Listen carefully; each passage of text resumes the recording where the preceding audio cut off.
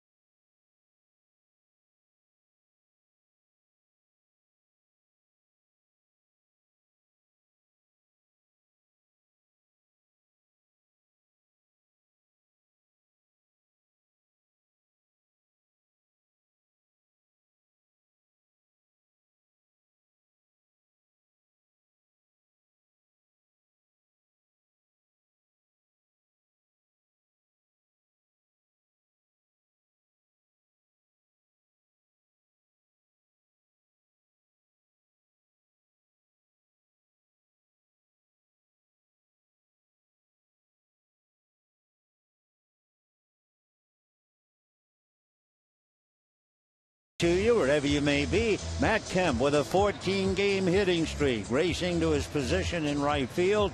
Matt's been hitting .308 since the All-Star break, so just one of many reasons why the Dodgers 3.5 in front of San Francisco, and the Dodgers take the field tonight, having already beaten San Diego 11 of 17 and 6 of the 8 here.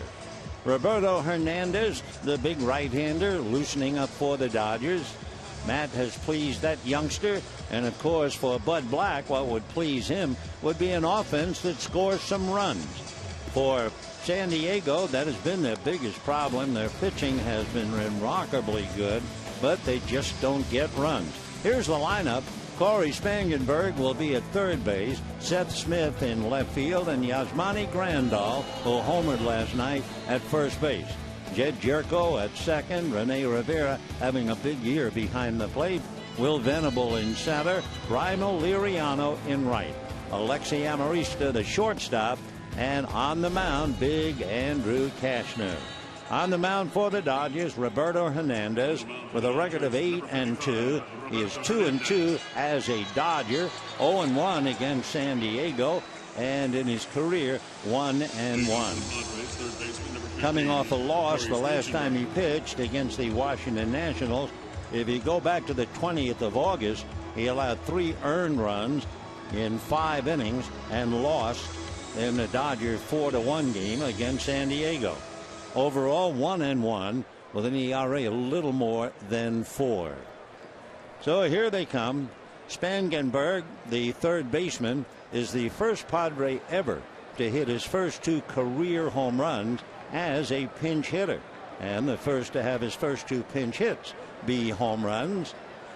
He is 23 years old. He was a first round pick back in 2011 He was going to Indian River Community College.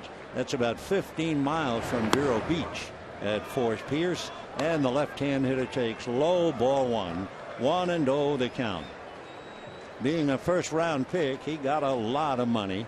Hernandez next one is low and inside. 2 balls and no strikes. Spangenberg, 6 foot 195. Left-hand batter waiting, and the 2-0 pitch swung on and fouled away.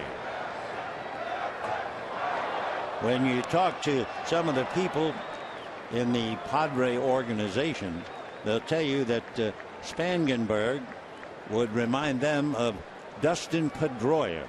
You know, that hard-nosed second baseman for the Red Sox. Ground ball to the right side, backhanded by Gordon. Up with it to throw him out. Spangenberg, by the way, good speed going down the line. Let's take a look at the Dodgers with the leather. Gonzalez and Gordon, Ramirez, Uribe, Crawford, Puig, and Kemp in the outfield. A.J. Ellis behind the plate. So 1 away on a hard ground ball. And the batter now, Seth Smith. Seth is the man who provides the power. He and Grandal, they each have 12 home runs.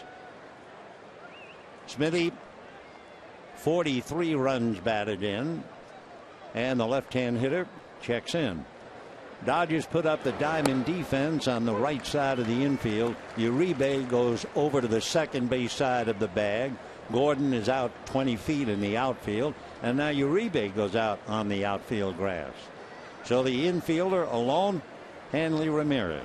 Strike 1 pitch is high to Seth. 1 ball and 1 strike to count. Roberto Hernandez trying to give the Dodgers a lift, pick up a victory, and move on till tomorrow night. And we'll be watching the Giant game. 1-1 pitch on the way, off speed, swung on and missed, and the count 1-1. Seth Smith has certainly been around. He was a second-round pick by the Rockies back in 2004. He went to school at the University of Mississippi. The 1-2 pitch on the way. Seth swings, grounds it foul. Just to refresh your memory, he had accepted a football scholarship to the University of Mississippi. He was one of Eli Manning's backup quarterbacks for 3 years at Ole Miss and never saw any game action, not even a single snap. So you can understand why he moved on to baseball. 6'3", 210 left-hand hitter, and he takes it low. So 1 ball and 2 strikes. Now add 1 to make it 2-2. Waiting on deck, Yasmani Grandal. So 2 balls and 2 strikes the count. Smith, with 12 home runs, has hit them in 3 ballparks, 8 at Petco. Hits a ground ball to just where Hanley Ramirez is stationed. Hanley flips it over, and we have 2 down here in the first inning.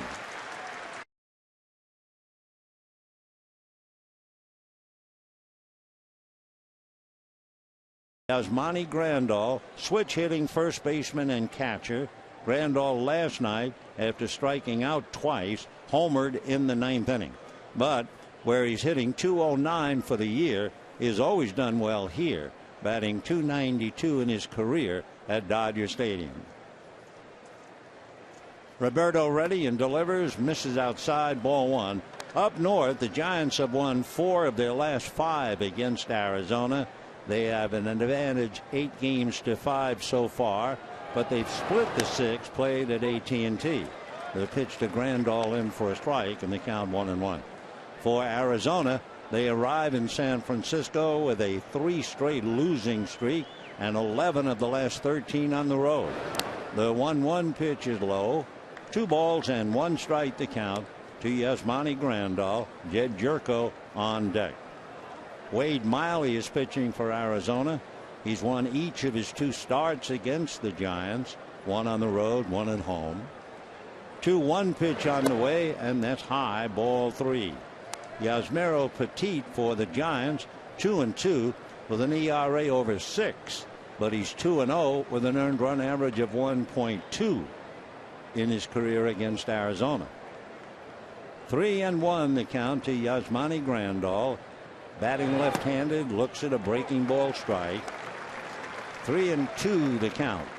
So the scoreboard is either not run by the usual operator, but they've been behind on the count all night, and it's very early. Jerko waiting on deck. Line drive into the gap in right center. That'll go to the wall. Puig plays the count on his way to second base, and Grandal is in there with an eyelash double. Hanley Ramirez bent over hoping that Grandal would come off the bag. He does, but only after getting timeout. So what looked like a Hernandez sinker is spanked into right field. Puig played it well, hurried it back in, but Grandal, hitting left-handed, had the extra steps, and he's in there with the double. 2 down, and Jed Jerko coming up. So Hernandez now with a runner at scoring position and 2 out. Jerko's the boy who had 23 home runs last year in his rookie year. He really got a lot of headlines.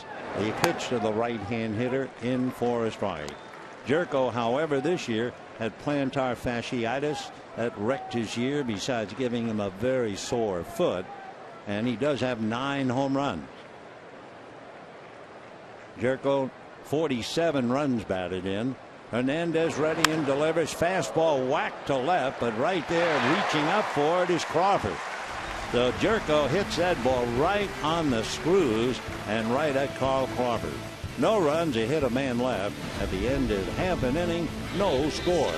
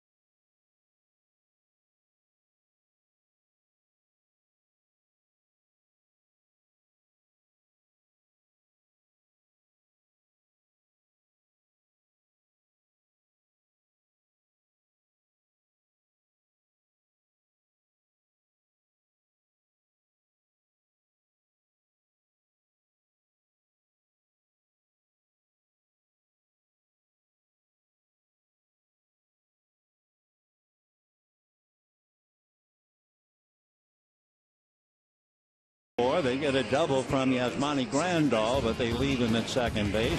Now let's take a look at the Dodger lineup. D. Gordon at second base and Hanley Ramirez at short. Adrian Gonzalez at first and Matt Kemp in right field. Carl Crawford, 3 hits last night, including a big home run. Juan Uribe at third. Yasiel Puig in center field. A.J. Ellis behind the plate. And Roberto Hernandez on the mound. On the mound for San Diego, one of the top pitchers in the league. Don't let that 2 and 7 fool you. With an earned run average of 2.2, big Andrew Cashner will make an impression. He is 6'6", 205 pounds. Just passed and became 28 years old the other day. He's out of Conroe, Texas. Went to Texas Christian University. Drafted in the 20th round out of high school by the Braves, but instead he went on to junior college. Then he became the 29th pick by the Cubs. Again, he didn't sign, transferred to Texas Christian, and eventually, showing a lot of brains, passing on the previous drafts, he wound up being a first-round pick by the Cubs. So Andrew will be facing D. Gordon, Hanley Ramirez, and then Adrian Gonzalez. Cashner ready and delivers, and the first pitch in for a strike, and the count 0-1. Gordon, as he stands into the plate, the spearhead of the Dodgers attack, 59 stolen bases. Cashner works quickly, comes back with a fastball, slapped foul down the left field line. So Gordon coming back. No balls, 2 strikes. Cashner is such a tough hitter. He has allowed a total of 3 home runs this year. And yet 2 and 7, it's really hard to believe. But it does magnify the overwhelming problem for the Padres. No offense. Ground ball to the right side, backhanded by Jerko, and that will do it for D. Gordon. So 1 away. Here are the Padres defensively. Grandal and Jerko, Amarista and Spangenberg, with Smith, Venable, and Liriano in the outfield. Rivera behind the plate, and Cashner on the mound. So the Dodgers trying to extend a 4-game winning streak. Padres are trying to snap a 6-game losing streak. Hanley had a big night last night.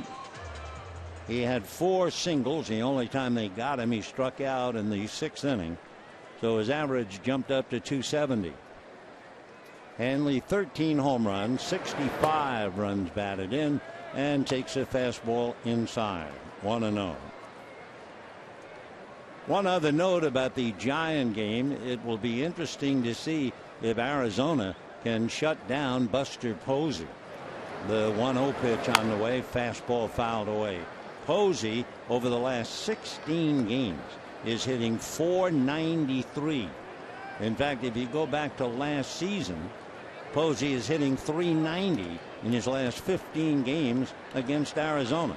So it will be interesting indeed to see what happens in that first game series in San Francisco. 1-1 pitch on the way, backs Ramirez off. 2-1 the count. Andrew Cashner always throws very hard, does not get any runs to lean on. We told you that remarkable number, 5 career starts against the Dodgers, 0-1, and he has an earned run average against him of 1. How in the world in 5 games the opposition scores 1 run, and how it translates 8 runs in 5 starts, less than 2 runs a game. He's really something. Forget all about the 2 and 7. 3-1 pitch on the way, check swing foul, and the count runs 3-2. Another fastball that hurried up there at 96 miles an hour. So Hanley ready to get back up against a fireballer. Basically a fastball, a sinking fastball, slider, change, and he also has a knuckleball. Here's the 3-2 pitch on the way. Fastball, and that's whipped low, ball 4. He hits 98. Andrew Cashner has been clocked at 100. So a 1-out pass to Hanley Ramirez, and the batter now, Adrian Gonzalez. Gonzalez all last year, 22 home runs, 100 RBIs. He has that done now, and he still has some games left. He's also hitting .279. For Gonzalez last night, he had a walk and a double, and checking in now against Cashner. Andrews set, Ramirez off the bag. There he goes, and the pitch is high. The throw is not in time. Rene Rivera, who is the catcher, has done a tremendous job for the San Diego Padres. If you give him a good pitch so that he has a chance to get the runner, he has thrown out 27 runners this year. That's tops. Rivera followed by Yan Gomes, who has thrown out 25. Russell Martin has thrown out 25. Rene is atop the heap. So Ramirez just does steal second. And Gonzalez on a 1-ball no strike count takes a strike, and that evens it up. Andrew Cashner used to pitch always from the third base side of the rubber. He's moved a little bit more to the first base side. And the big man at 6'6" looks back at Hanley. Fastball low and away. Amazing, isn't it, to throw 98 miles an hour? But then again, when you're 6'6", I'm sure the hitters expect it. They expect everything you throw will be about 95 at least. So Hanley Ramirez looking for a ride home. 1 out, first inning, no score. Cashner's next pitch lifted to left field, very playable.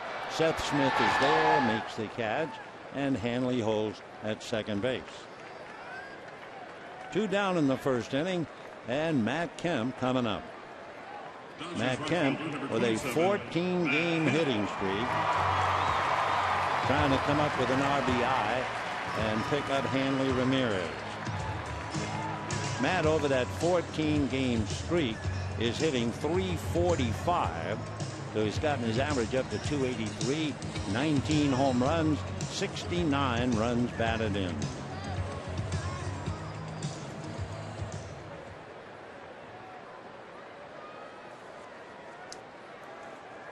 Padres with their worst losing streak, 6 in a row, trying to get out of the first inning.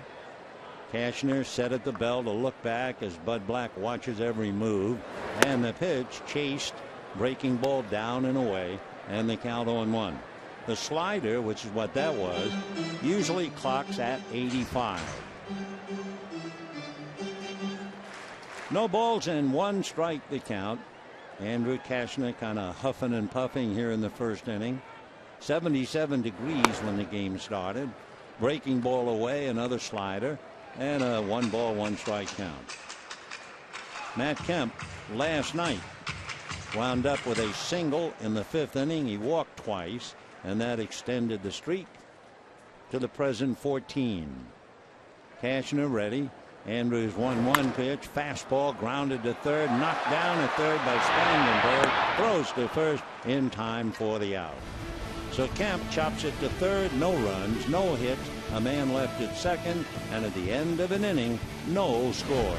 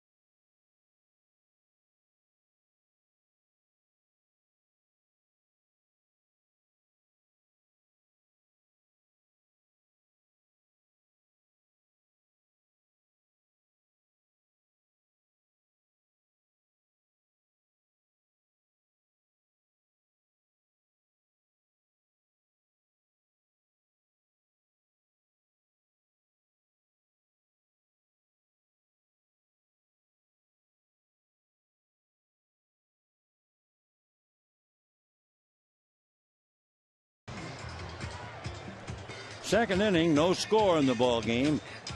Grandal was left at second for the Padres, and Ramirez was left at second by the Dodgers. So we go to the second inning. Rene Rivera, Will Venable, and then Reimer Liriano. Rivera is certainly making a name for himself in the league. He's been around a while. He's 31 years old, from Puerto Rico.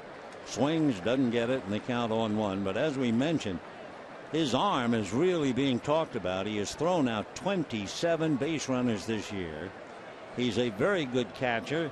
The pitching staff has an ERA under 3 when he's behind the plate, and he has some sock. He also has a tremendous pair of shoulders. He has 9 home runs, 34 runs batted in. So 0-1 the count to Rene Rivera. He's 5'10" and listed somewhere around 230. He's a big man. built like a catcher. Swings, chopper to third, one-handed there by Uribe. Throw over in time. So 1 out here in the second inning, and Will Venable will be coming up. Center fielder, number 25. The signature pitch for Roberto Hernandez results in a ground ball. It's basically a sinker ball pitcher, and it would appear to be working. He's had 4 outs, 3 ground balls, and 1 line drive right at Carl Crawford in left field. The venerable Will Venable checking in. The pride of Princeton, good basketball player, takes a strike, chip off the old block. His dad Max played about 15 years in the big leagues. Venable, left-hand batter, takes inside, 1 ball and 1 strike. He's hitting over 300 against right-hand pitching, and he has Roberto Hernandez to contend with. Now the 1-1 pitch, swung on and fouled back, 1-2. For over a month, with runners in scoring position, Will Venable is hitting .348.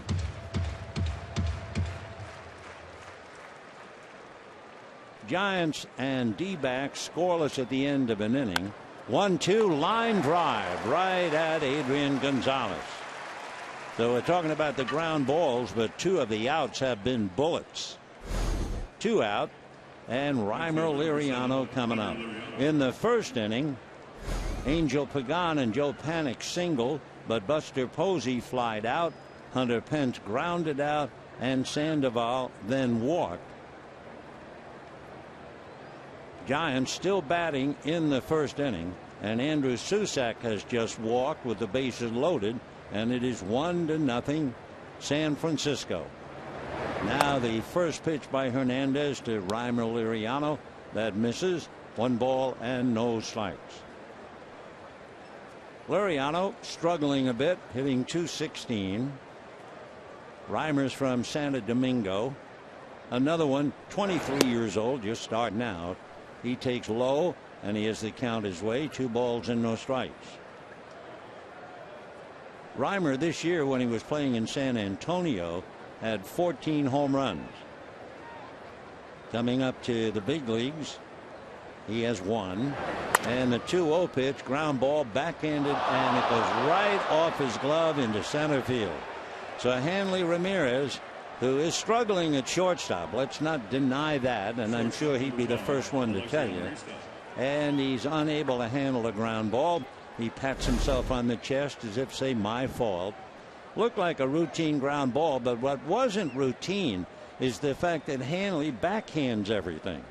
He could easily have gotten in front of that ball because it was not hit that hard, but instead coming over to backhand what is just a routine ground ball, and Miguel Rojas looks on as if to say, I'm sure I could have handled that one. So a 2-out error. Liriano at first, and Alexi Amarista checking in. E6. Amarista, smallish left-hand batter, throw to first not in time.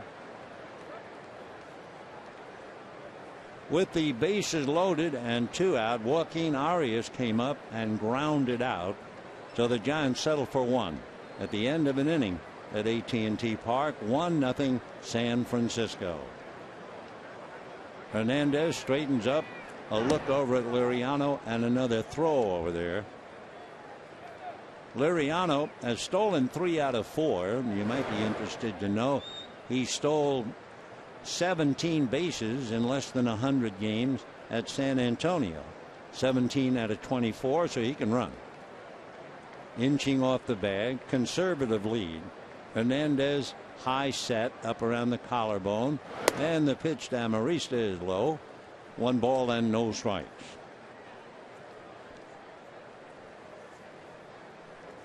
Alexi Amarista taken over for 100 games now for Everett Cabrera. They're talking about maybe Cabrera can come back when they go over to Arizona. The 1-0 pitch on the way. There goes the runner. Liriano, perfectly hit base hit through the spot vacated by Hanley Ramirez. So a wonderful play for the Padres. As the runner broke, Liriano, Hanley Ramirez broke to cover, and Amarista singled through the spot vacated by Hanley. Of course, it's the old story. The left-hand hitter, it's the shortstop who covers when the runner goes, and Hanley is caught way out of position. Meanwhile, Liriano gets to third as Amarista just strokes the ball the other way and gets himself a nice base hit. So the error has put Roberto Hernandez in some trouble, and look out for Andrew Cashner. You know, last year in San Francisco, Cashner won a game with a squeeze bunt single, and he was a pinch hitter, no less. I don't say he's going to try to squeeze with 2 out, but you have first and third. Cashner looks, and the pitch is low, ball 1. Last year, Cashner had 4 bunt singles, the most by a pitcher since, remember, Omar Dahl? Well, when he left the Dodgers, Omar went to Arizona back in 1998, and he had 5. 1 ball and no strikes. Cashner fouls the next one off. Cashner has 3 hits, and he has struck out half the time. So you don't expect him to be much of a hitter, but you never know. A.J. Ellis walks out in front of the plate, telling, among other things, the infield to knock the ball down. Infield is back with 2 down. Gonzalez on the bag, holding Amarista. Cashner waiting, Amarista inching off the bag. Roberto from a stretch and throws to first. One of the things they have to settle about if Amarista goes. Well, he has stolen 11 out of 12. So the Dodgers, with A.J. Ellis signaling to the infield, they know what they might do should the shortstop run, and there he goes, full swing foul, and the count goes 1-2. So the first thing you want to know, if the runner breaks from first, are you going to throw all the way down, or are you going to throw it to the pitcher and hope the guy at third starts to commit? So Bud Black was running him. It's a danger in the sense no manager likes to have his pitcher leading off an inning. But Amarista is so successful, 11 out of 12, they're willing to take the gamble. Now with 2 strikes, we'll see. Amarista walks off the bag. Short lead. Now he increases it a little. Not going. Line drive, base hit. Not only that, it's in the gap. It's going to go all the way to the wall. 2 runs will score on a long double by Andrew Cashner. The relay gets away. Picked up by Gonzalez. The throw hits Cashner. Trickles into foul ground. It is 2-0 Dodgers. And there you have almost a repeat of last night. It all began by the error by Hanley Ramirez on a routine ground ball. Amarista singles Liriano to third, and Cashner doubles to score 2, and then he takes third when the Dodgers play fast and loose with the ball. So the error, and then the line drive that goes all the way to the wall, scoring easily Liriano. Amarista flying around, and the little shortstop will score. And then the throw to the shortstop area. Cashner decides, okay, I can go to second. Whoa, that ball got away. I'm going to go to third. And it dribbles on the infield, and a soft throw by Adrian Gonzalez not in time. So immediately, the weak hitting Padres lead 2-0. And Spangenberg, good left-hand hitter up there. 2 home runs, 5 RBIs. We're waiting on the scoring as to the advancement from Cashner from second to third. And a foul ball off to the left out of play. 1 ball, 1 strike. I would assume, certainly, on the throw that came from the outfield towards the infield, we have to explain why Cashner winds up at third. Puig running to the wall to get it, and we'll just wait and see. 1 pitch on the way, and that's high. Ball 2, 2-1. The scorer might be waiting to look at a replay. That would probably be the smart thing to do. 2 outs in the inning. 2-0 in favor of San Diego. somebody's going to have to get an error on the play. Here's the 2-1 pitch coming up. Spangenberg works and comes up empty. 2-2 the count. The error will go on the throw. Puig gets it back to the infield. It gets by Gordon, trickles on the grass, picked up by Gonzalez, whose flip is not in time. So it's Puig who will be charged with the error. That's 2 errors in the inning. That means 5 errors in the last 11 innings for the Dodgers. And the next one low, ball 3, 3-2. Clayton Kershaw involved in that wild play last night. Made the smartest play of the night, making sure he didn't tangle with Liriano. Here's the 3-2 pitch coming up. It's swung on and banged to center for a base hit. So now it's a 3-run inning, and where Hernandez ground ball just disappeared. On the error by Hanley Ramirez, that opened the door. So Spangenberg, a line drive single. He picks up an RBI. Cashner walks it over from third. Boy, it shows you from little acorns, large oak trees grow, and one little error with 2 out, really a routine ground ball. And it means 3 runs for the Padres. So Seth Smith checking in, grounded to short in the first inning. Seth hitting .275, good hitter. Over at first, Spangenberg, who looks like he can run well. And the first pitch fouled away, 0-1. Spangenberg is 1 for 1 in stolen bases. Meanwhile, Liriano cooling off his pitcher, Andrew Cashner.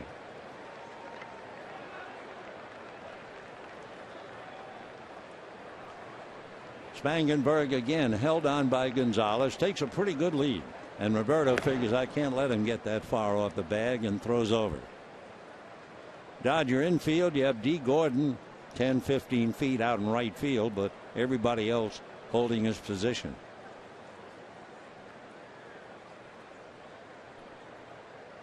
Three unearned runs, doesn't make any difference, earned or otherwise. It's foul back. 0-2 the count. So Ramirez feeling as bad as anybody for the boot. And then it was followed by single by Amarista, a 2-strike double by Cashner, and then Spangenberg drives in the 3rd run of the inning. No balls and 2 strikes to Seth Smith. Roberto ready, and there goes Spangenberg. The pitch is swung on and missed, and that's the inning. So Smith strikes out. However, 3 big runs, and that's a lot. He doesn't get that many in 5 starts. 3-0 in favor of San Diego. We're going to the bottom of the 2nd.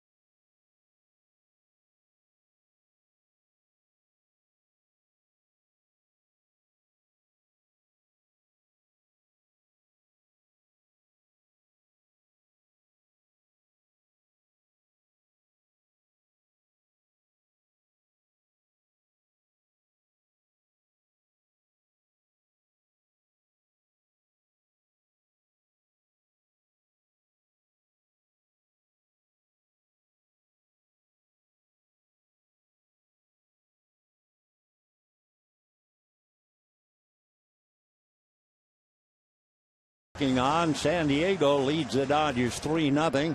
And we go to the bottom of the second inning.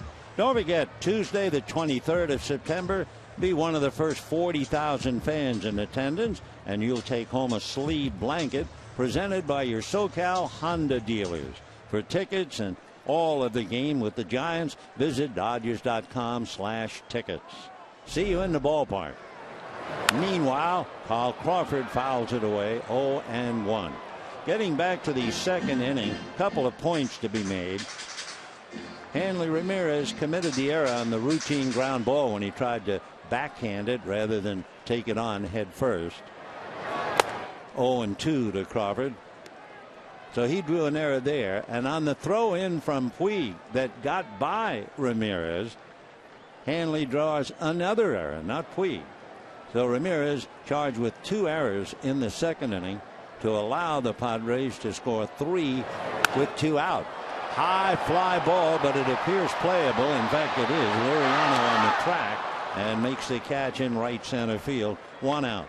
There is one other consideration that you should keep in mind about the error. The first error by Hanley Ramirez. When you look up, you say to yourself, well, that was a tough inning for Hernandez. He made 24 pitches in the second inning. Had Hanley Ramirez not made the error on the first ground ball, it would have been a 9-pitch inning instead of 24. So that meant Hernandez had to make an additional 15 pitches. Meanwhile, Uribe takes a pitch on the outside corner, 0-1, 96 miles an hour. Boy, Cashner must feel like it's New Year's Eve. Strike one pitch. Andrew delivers. Fastball low, 1-1. He's just thrown it 96. That's all there is to it. But for a guy in 5 career starts against the Dodgers, Padres got him a total of 8 runs in 5 games. Ground ball by the diving Amarista into center field. So Uribe trying to lead the Dodgers back with a single to center. And the batter will be Yasiel Puig.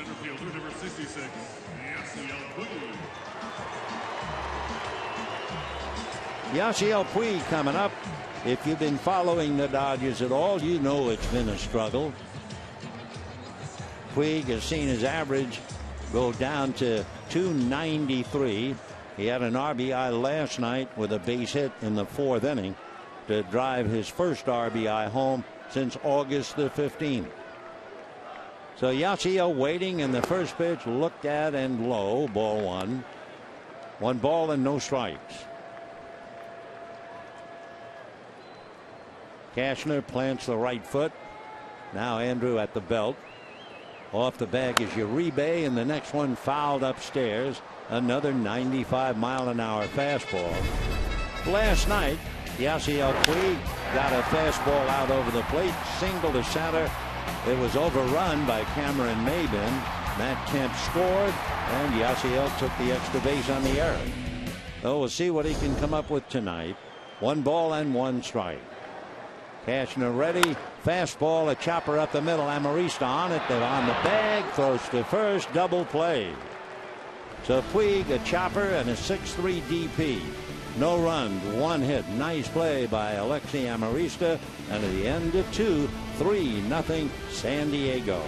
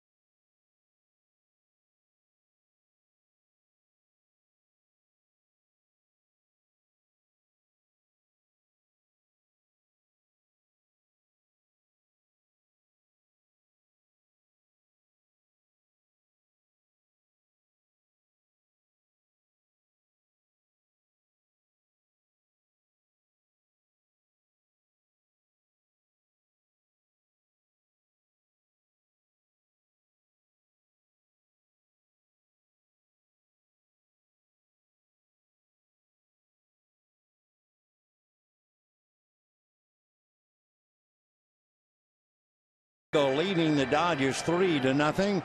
And at AT&T Park, the Giants have picked up a charity run as Didi Gregorius threw a double play ball away, and the Giants now lead 2-0 over Arizona. In the third inning, it'll be Grandal, Jerko, and Rivera in that order. Grandal doubled in the first inning, takes a breaking ball that misses. I always like to watch him hitting left-handed. He will take his left hand and do that, pull up the sleeve on the right arm. The 1-0 pitch inside almost hit him. 2 balls and no strikes. Grandal, however, does not do that as a right-handed batter. At least he didn't do it the last time we saw him. Yep, that's it. 2-0 the count to the big boy from Havana, and he takes low, ball 3. When Despaigne pitches and Grandal catches, the Padres have a Cuban battery, and you don't see that very often. Jerko's on deck. The pitch off the plate. The ball 4. In fact, if you're talking about an all-Cuban battery, you have to go back to 1969. Camilo Pascual and Paul Casanova was his catcher. Despaigne sitting there with his hands up around his face. Pitched 4 1/3 innings last night, and in that wild game wound up giving 7 runs up.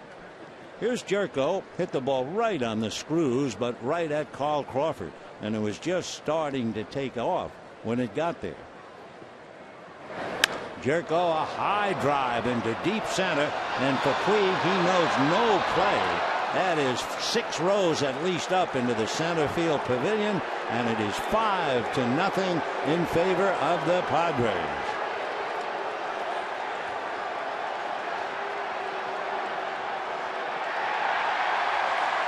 They throw the ball back on the field. That's not much satisfaction to the Dodgers.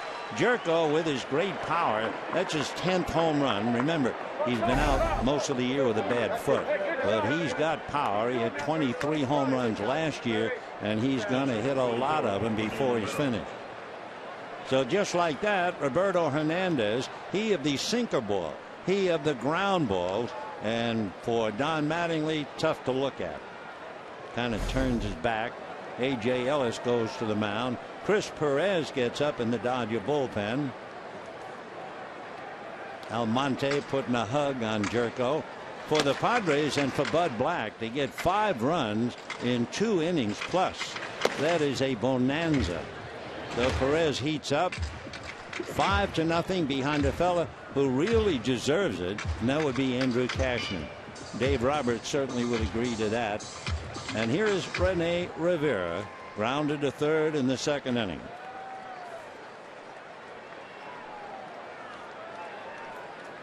And now let's see. Rick Honeycutt never brings a hook. Honeycutt going out. Hernandez is due to bat second when the Dodgers come up in the bottom of the third. But the Dodgers are worrying the horses already out onto the road. So Honeycutt maybe trying to give Hernandez a little bit of a lift up. I mean, he was doing pretty well. 2 outs, second inning, routine ground ball. Hanley didn't shift, just tried to backhand it. It went under the glove for an error. And the next thing you know, the roof has fallen in, and it's 5-0. And here's Rene Rivera. So the catcher takes a look at the first pitch, and that's low, ball 1. 1-0. Padres, remember, have been shut out 18 times this year. Rivera, after a pitch, doesn't get it. Slider, 1-1 to count. By the way, Sandoval has just walked with the bases loaded. The Giants are still up in the second inning. They're leading 3-0. Miley has walked in 2 runs. That's Wade Miley. Meanwhile, Rivera swings, doesn't get it. 1-2. So you get the picture. It's 5-0 San Diego, and it's 3-0 San Francisco. And the Dodger 3.5 game lead appears to be very fragile. The 1-2 pitch on the way. Rivera swings, doesn't get it, and down he goes. for Hernandez, his first strikeout. The left-hand hitting outfielder Will Venable, who hit a bullet right into the glove of Adrian Gonzalez. 5 runs, 5 hits for the Padres, no runs, 1 hit for the Dodgers. One of the things we have going tonight, as Venable looks at ball 1, is the Babe Ruth bobblehead. And that's one that I'm really going to treasure, because with all you can say about all the other great players, he was the greatest. Ground ball to Gonzalez, he'll take it to the bag. Just a couple of figures on the Babe with 2 down, and Liriano coming up. Babe Ruth, as a batter, his lifetime batting average was .342. Sure, you know he hit 714 home runs. Did you know he had 2,873 hits? He had over 2,000 walks. Struck out 1,330 times. So you know he was an exceptional hitter. But you also know he pitched. His career as a pitcher, 94 and 46, and an earned run average of 2.2. Yep, the greatest player to ever play the game. Strike 1 pitch on the way, off speed for a strike. 0-2. Liriano questioning the call by Dana Demuth. You can tell his body language, he just backs away. Not jawing, but he's a little annoyed. 0-2 the count. Strike 2 pitch on the way is in the dirt. 1-2. Babe Ruth had a very, very tragic childhood. I mean, very, very. As you probably know, he spent many years at St. Mary's Industrial School for Boys in Baltimore. Here's the 1-2 pitch coming up to Liriano. That's low. His mother died, I think it was from tuberculosis. He had several siblings, and they all died at a very early age. His father owned a saloon, not a restaurant. It was an old-fashioned saloon. He got into an argument outside the saloon and was stabbed to death. Foul ball. So you can imagine George Herman Babe Ruth growing up under those circumstances. Interesting thing about the old saloon, although it's not here, the saloon, if you went to Camden Yards in Baltimore, you go to second base and just walk out into shallow center field, and that's where the saloon was. Here's the 2-2 pitch on the way. Swung on and missed. Liriano goes down. That's the end of the inning. We'll have more to say about the Babe, but at the end of 2.5 innings, 5-0 San Diego.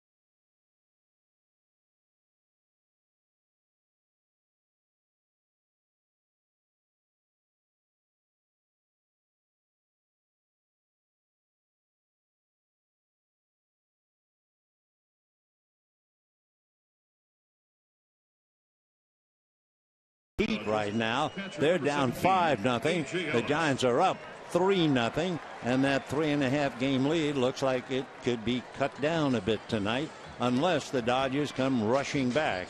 A.J. Ellis, and he'll be followed by Alex Guerrero. So that'll do it for Roberto Hernandez. The Guerrero out on deck. And the first pitch to A.J., fastball strike. And that had to be close to a changeup. It was only 90 miles an hour. Andrew turns, ready. Strike one pitch, fastball. That's all we've really seen. Yimi Garcia begins to tune up in the Dodger bullpen. 0-2 to count to A.J. Ellis. A.J. struggling, hitting 186.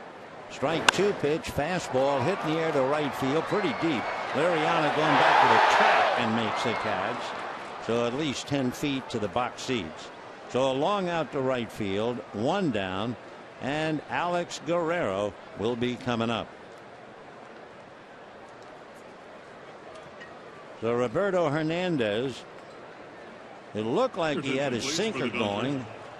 4 of 5 outs were ground balls, and then all of a sudden the error, then a single, then a double, then another single. The next inning a 2-run home run, and he is out of there after 59 pitches. So here's Guerrero, right-hand batter. He's only 0 for 3, just called up recently. Checks, and the first pitch, not quite sure, looking at Dana DeMuth, whether he called that a strike. We'll call it a strike and see if that figures.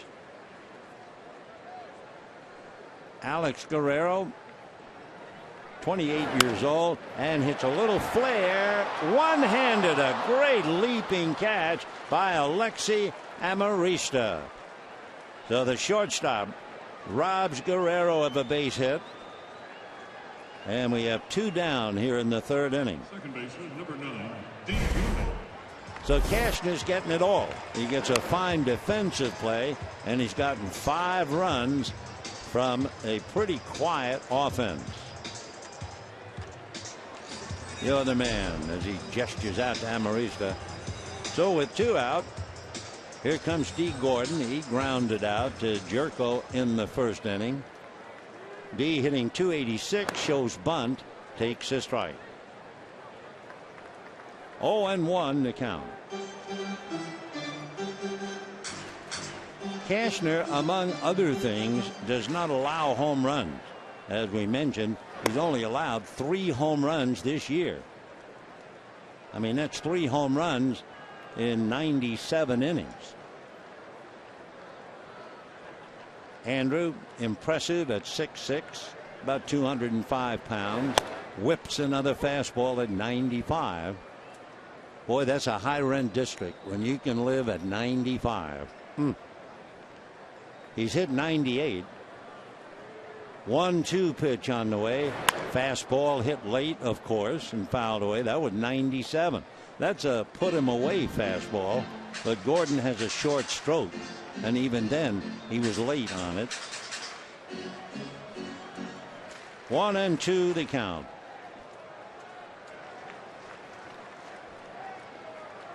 Cashner holds the belt at the belt, turns on the rubber. 1-2 fastball, jammed him again. Little ground ball outside of third. That was 96 miles an hour.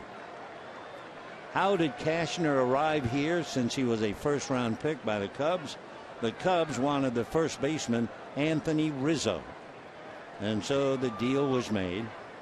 Cashner came to San Diego, Rizzo to Chicago. Next pitch down at the left foot of Gordon. 2 balls and 2 strikes.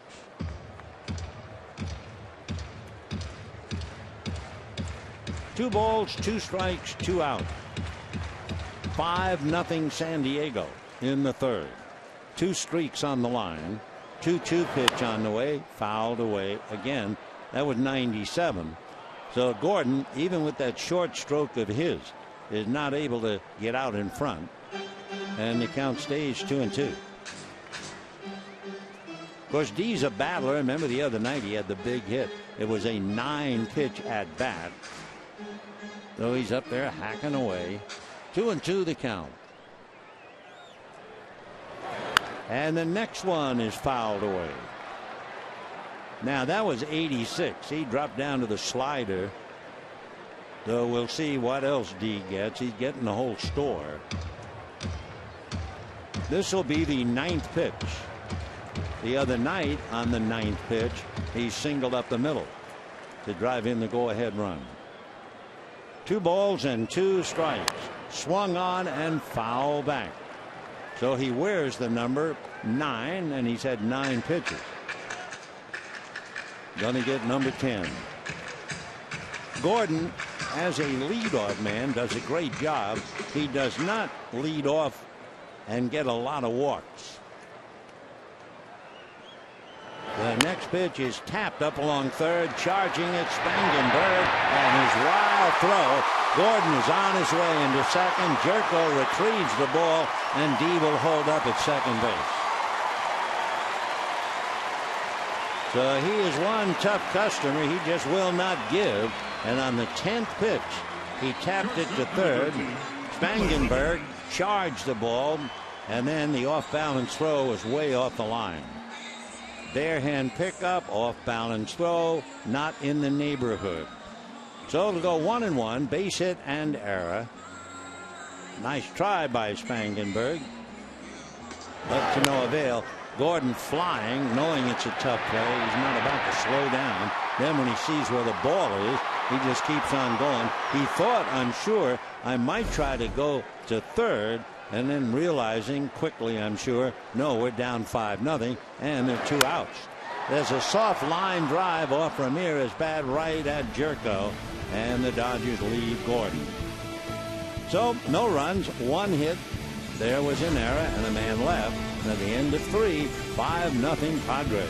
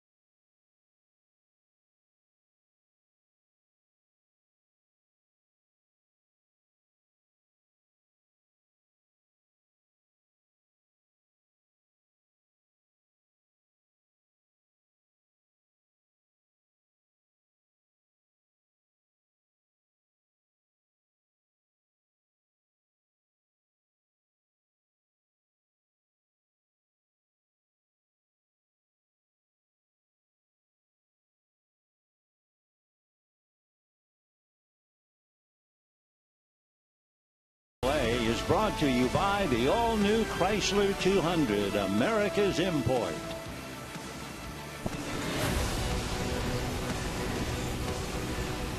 Five runs, 5 hits, 1 error for San Diego. No runs, 2 hits, and 2 errors for the Dodgers.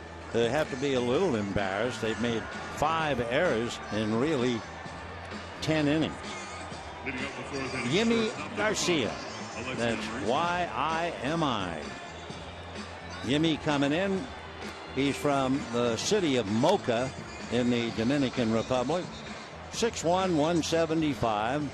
Just turned 24 on the 18th of August. And basically fastball, slider, and a changeup. Signed by the Dodgers in 2009. Made all the usual stops. And arrived here just a little while ago. Padres leading 5-0, and Amarista, the shortstop, who had a key base hit following the 2-out error in the second inning, and then made a fine catch on that looper off the bat of Alex Guerrero. Strike. Amarista slapped the single that put runners at first and third, and then Cashner, with 2 strikes on him, doubled, and the Padres were off to the races. Cashner will be coming up 0-1. 1 ball and 1 strike.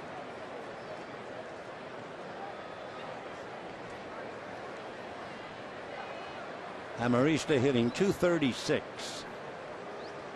3 home runs, 27 runs batted in. He's played in 100 games. 1-2. A little while ago we mentioned the fact that the Babe Ruth bobblehead being given out tonight.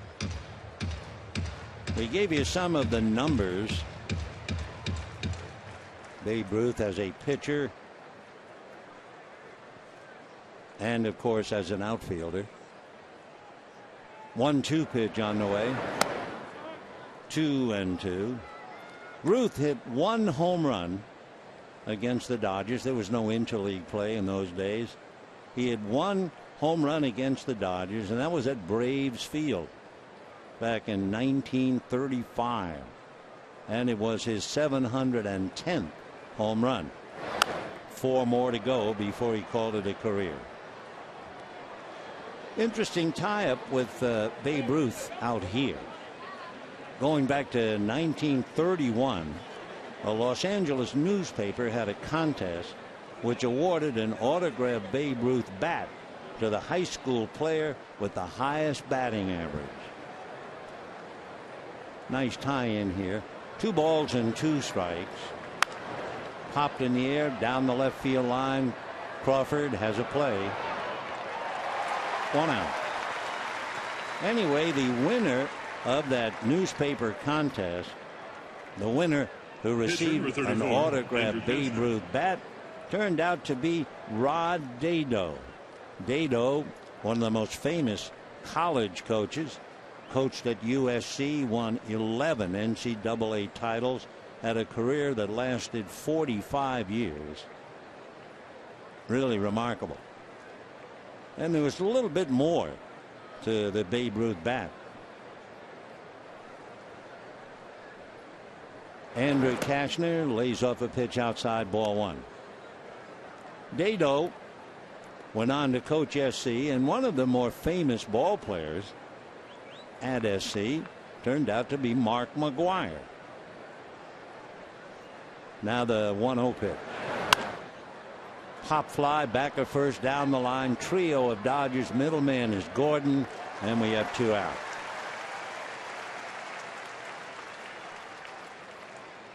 Anyway, when one of the Trojan ball players, Mark McGwire, was threatening to break Roger Maris' single season home run record, that was back in 1998. Mark McGwire brought the Babe Ruth bat to Dodger Stadium for good luck. Remember, he was playing for the Cardinals.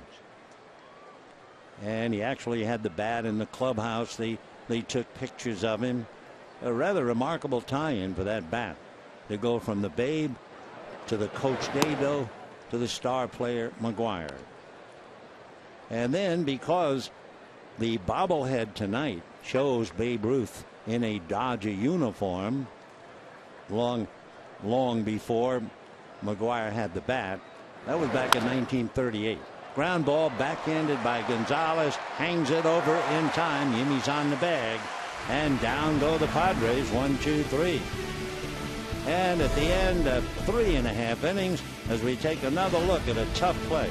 First the backhand stop by Gonzalez, then the underhand hang job, and Yimmy is there. 5-0.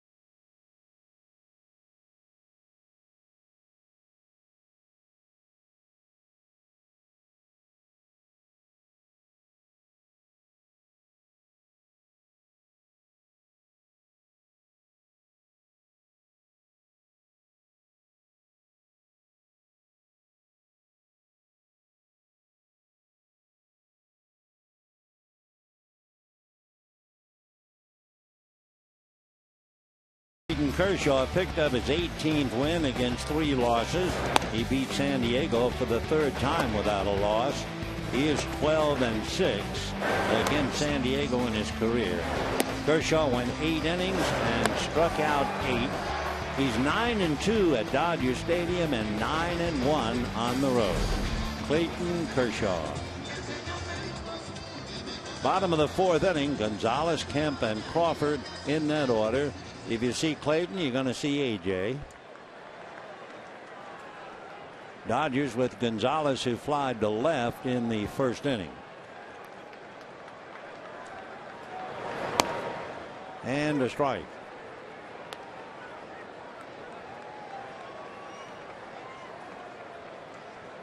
Adrian, 22 home runs, 100 RBIs. 0-2. You look at a good hitter like Adrian Gonzalez, he's hitting .279, and I wouldn't blame you if you said, whatever happened to the 300 hitter? There are 9 in each league. That's all. 9. And down he goes. So 1 out in the 4th. If this is indeed the year of the pitcher, here is the pitcher. Certainly in the National League. 18 wins first. ERA 1.6 first. Complete games 6. Could easily have been 7. They took him out after 8 innings last night. The opposition is hitting 188 first. Strikeouts per 9 over 10. And of course, in everybody's mind, the thought of Sandy Koufax. But it is not Sandy Koufax. It's the kid from Texas, Clayton Kershaw. Ball 1 to Matt Kemp. Grounded hard to 3rd in the 1st inning. 14-game hitting streak. Although he's thinking just down 5-0. Check. That's a strike. 1-1 the count. So the Dodgers are hurting and the Giants are leading. Arizona got a run. Ender Inciarte. Little comebacker. Cashner jammed him. 2 down. Ender Inciarte, you may remember, he was trying to climb the center field wall on the big home run that cleared the wall. One of Adrian Gonzalez, 2 home runs and 6 runs batted in. Well, Ender was at the other end. He hit one into McCovey Cove. So that's Arizona's first hit. And the Giants are leading 3-1, top of the 4th. 2 out, 4th inning, Carl Crawford. And he strokes one to right center. Coming up, diving, unable to make the catch, and Liriano. Crawford on his way into second with a dump double into right center. Liriano very slowly getting up. So a double by Crawford will bring up Juan Uribe. All out effort. Actually got the fingertips, the webbing on the ball right there. Couldn't bring it in. Pop fly double to right. And now Uribe trying to cash in Crawford. For the Dodgers, that would be their 3rd hit against Andrew Cashner. 2 out. Uribe singled in the 2nd inning.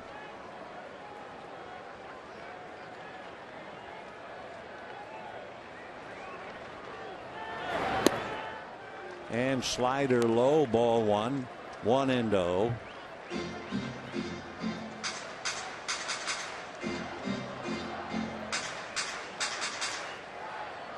Crawford runs exceptionally well, as you know. Fastball fouled away.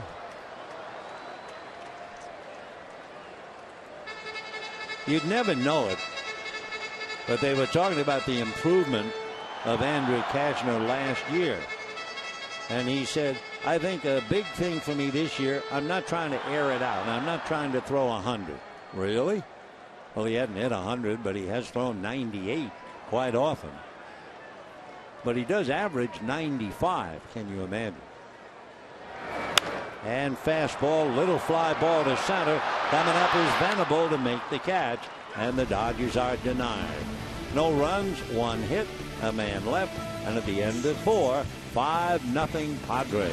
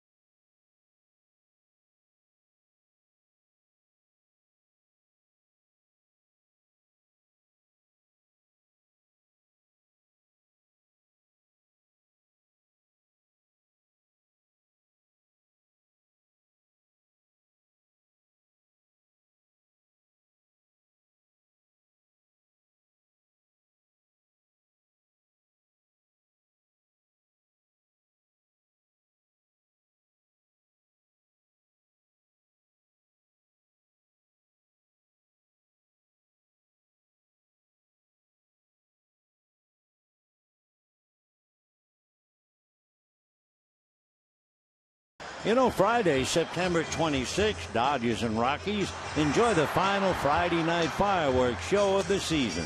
After the game, fans are invited down to the field to enjoy the show, compliments of Denny's. For tickets and more information, visit Dodgers.com/promotions. 5 runs, 5 hits for San Diego. No runs, 3 hits, and 2 errors for the Dodgers.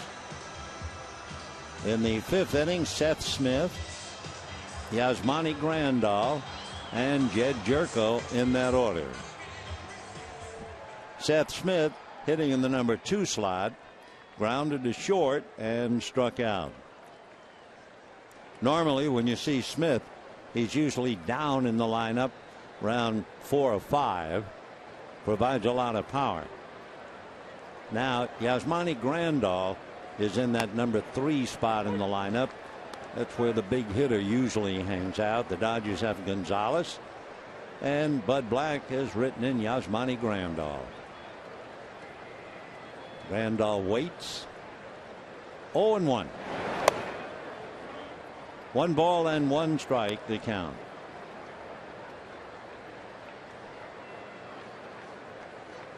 Padres scored 3 times in the 2nd inning, twice more in the 3rd.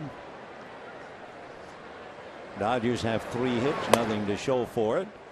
Meanwhile, ball 2, 2-1 the count to Seth Smith. Padres trying to snap their worst losing streak of the year. They come into this game with a 6-game losing streak. Dodgers have a 4-game winning streak. 2-2.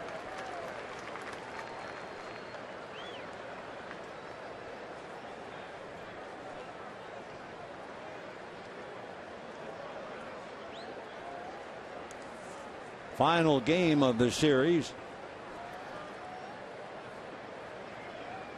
That'll be tomorrow night. 1 hopper backhanded by Adrian, takes it to the bag. Smith hit that more on the handle than on the sweet spot. 1 away. Ian Kennedy will go up against Dan Haren tomorrow night. Tonight, Roberto Hernandez went 3. Yimi Garcia picking up for him. And here is Grandal. Yasmani doubled and walked. Rode home on the home run by Jerko, who's on deck. That's a pose, isn't it? I mean, that's not just he's pulling at his sleeve. That is definitely a pose. Breaking ball, good one for a strike. Imagine if he becomes so successful they erect a statue for him. A lot of people would be wondering, why does he do that? Ground foul, 0-2. Sometimes it reminds me, at least, of a matador with the sword holding the cape, the bulls. Now watch. No, he's not going to do it this time. 1 ball and 2 strikes. There you go. Hold it now. Nope. Foul ball again. 1-2 to Grandal. A young ball boy having a problem, and he'll hear from the crowd about that.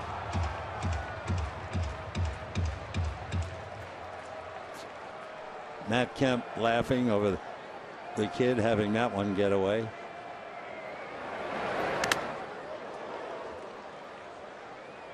One and 2 to Yasmani Grandal. Dana DeMuth got a little bit of that. Of course, he's gotten a little bit of everything. He's been umpiring in the major leagues for over 30 years.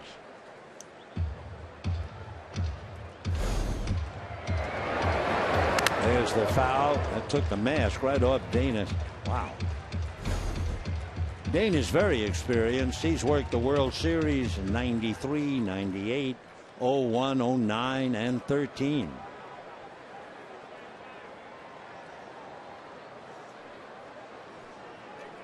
Catchers bail out the umpire by doing what AG did, and umpires bail out the catchers by walking a new ball out to the mound, each trying to give the other a chance to catch his breath. 2-2 the count to Yasmani Grandal. 6'2", 210. He's 25. He'll be 26 November the 8th. 3-2.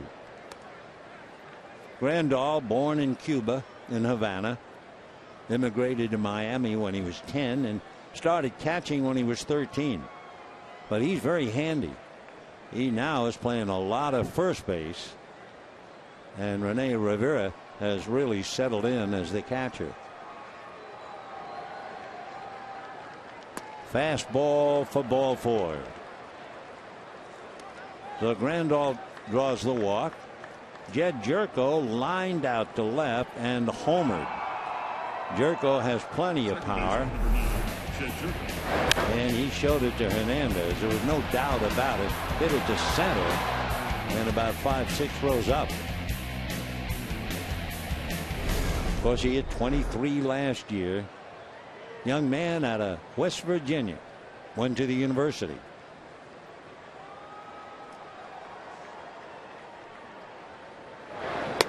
Off speed, stayed up. 1 ball and no strikes. We're talking about Babe Ruth and the fact the bobblehead is on display and given away to the people here. And you wonder and hope they realize just what kind of a player he was. There goes Grandal, and he is on the bag safely. So Yasmani Grandal, big first baseman, steals his third base. He's 3 for 3. 2 balls and no strikes. The count to Jed Jerko. Take another look. Ellis came up, good pitch, made an accurate throw, but Grandal's hand was in there ahead of the tag. D. Gordon on the short spot side of the bag, and Grandal is in there. 2-0 the count to Jerko. Anyway, we've repeated it enough time that people now know that Babe Ruth in 1938 coached first base for the Dodgers. That's a strike. 2-1. He received $15,000. It was really a promotion. Larry McPhail, who had signed him, president of the ball club, said he signed him for inspirational value. High, mile high fly ball, but looks playable. Crawford on the grass. Yep. So Jerko just hits under it, and a big fly ball to left. Catcher, number 44. Watch Jerko as he makes contact, and then he sees how high it goes. Now he realizes, nope, that's going to be caught. Almost, but no cigar. Oh, he'll hit plenty. 2 out. Rene Rivera coming up. When Babe Ruth reached great stature, I mean the world, but especially the United States, watched his every move. That's a strike. He wore number 3. The number 3 was his place in the lineup. He hit third.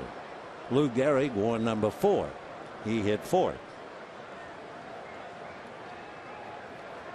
No balls and 1 strike. 0-2. My mother came over from Ireland, redheaded 18-year-old. My dad courted her, and one of the first things he did was take her to Yankee Stadium. She didn't know Yankee Stadium from whatever, nor did she know Babe Ruth, but he wanted her to experience so she could always say, I saw the Babe. Foul ball. He had that kind of a hold. One of his famous quotes, he had held out as a Yankee. Jake Rupert finally signed him to what appeared to be a lot of money back then. And one of the writers said to Babe Ruth, do you realize you're getting paid more than the president? And Ruth said, I had a better year. 0-2. That's ball 1. Check swing. No swing.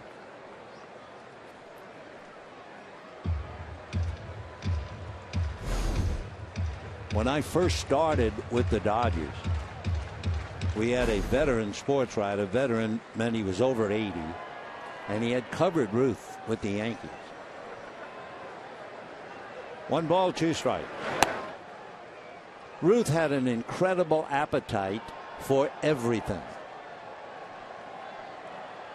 And especially when the Yankees went on the road, every team they played, the manager of that team would have one player make sure he went out with Ruth the night before, and then before every game. That's a pop-up. Uribe should handle it. And what would happen is the guy would go out with Ruth. The next day, the player could not play. And Ruth didn't mean a thing. He just rolled right along. And it's still 5-0 San Diego.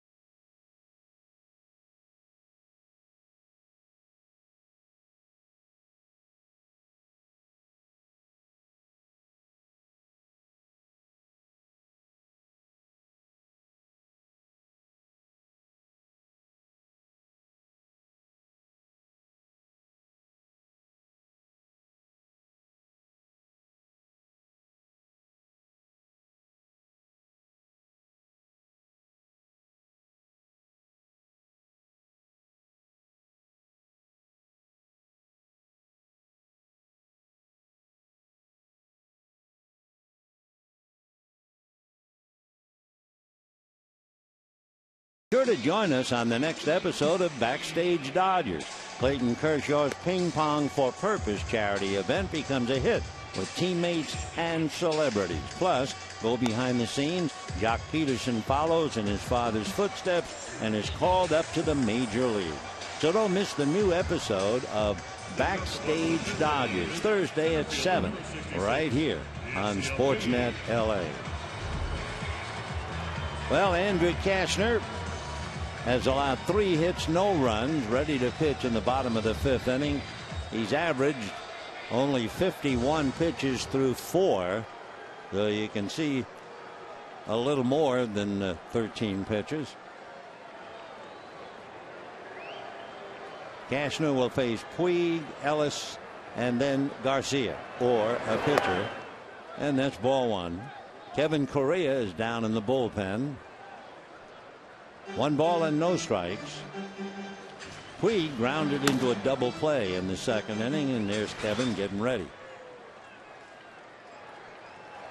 You know, the Dodgers can't avoid the numbers, and it's a sobering thought. When Clayton Kershaw pitches, the team, the Dodgers, are 19-4. Here's the 1-1 pitch. 1-2. Slider down and away. All of the other games, with all of the other pitchers, the Dodgers are only 4 games above 500. That is a sobering thought. That's a hopper dug out of the ground by Jerko. So Puig hit that pretty hard, but right at the second baseman. Dodger catcher A.J. Ellis. 1 away, and A.J. Ellis coming up. Zach Greinke, along with Hyun-Jin Ryu and Clayton Kershaw, they will certainly carry the battle to the Giants on the weekend. Meanwhile, A.J. Ellis, the batter, and Jock Peterson on deck. He would bat for Garcia.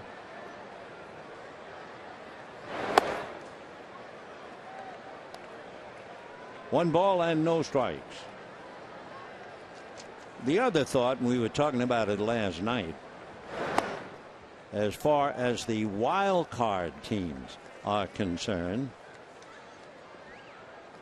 certainly the Giants are contending, and they've beaten the Dodgers 7 of 13. High fly ball, it's playable. Venable is there. 2 down.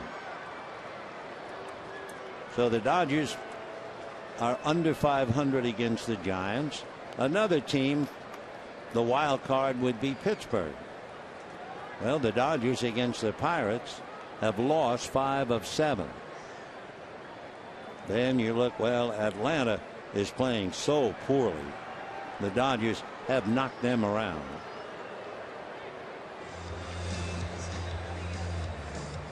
Dodgers against Atlanta have beaten them 6 out of 7. So let's see what Bud Black has on his mind. It looked like Peterson was going to come up. Then they pulled him back. Roger Bernardina will be coming up. So they want to go over how to pitch to him. Roger Bernardina, the newest Dodger, lives in Netherlands and the Antilles. He was born in Curacao, still lives there. He was originally signed by the Montreal Expos back in 2001. What he brings to the dance is happy feet. He has always been a good base stealer. In the minors, stole as many as 40. In the big leagues, about 17. And for Bernardina, his job for the Dodgers is to run. And he scored against Arizona as a pinch runner in the 8th inning. That will be his job. The other wild card team the Dodgers might see, if indeed they see a wild card, that would be Milwaukee. And Milwaukee has given the Dodgers a bad time. They've won 5 out of 6. So the point is, the Dodgers are going to have to go to the whip here. 0-2 the count.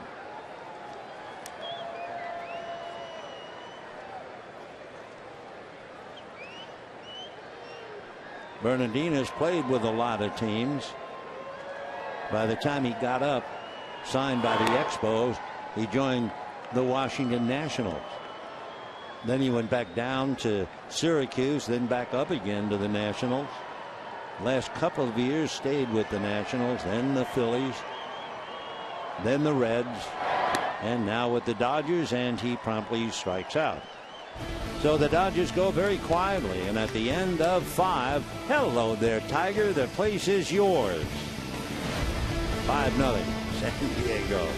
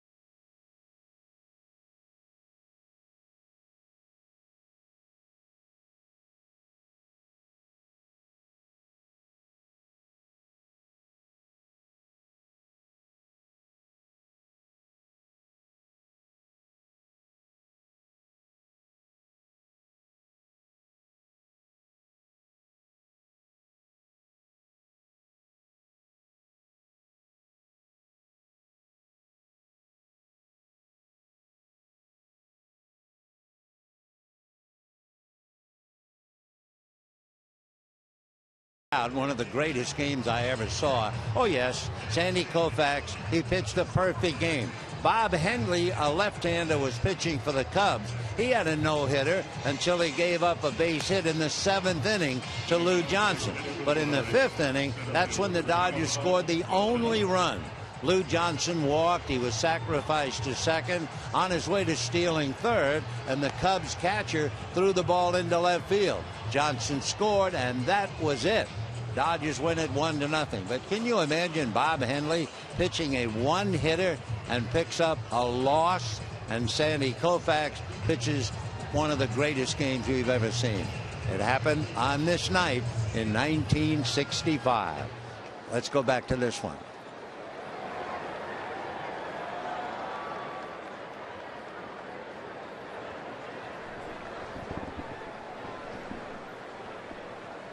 Kevin Correa making the first pitch.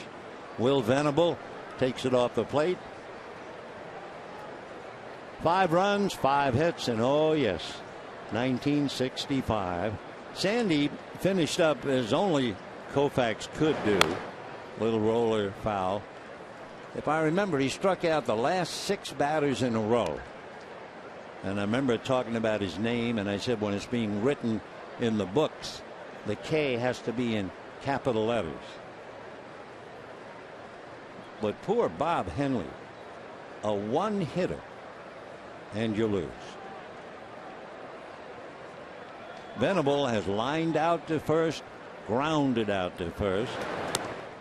That's ball 2, 2-1.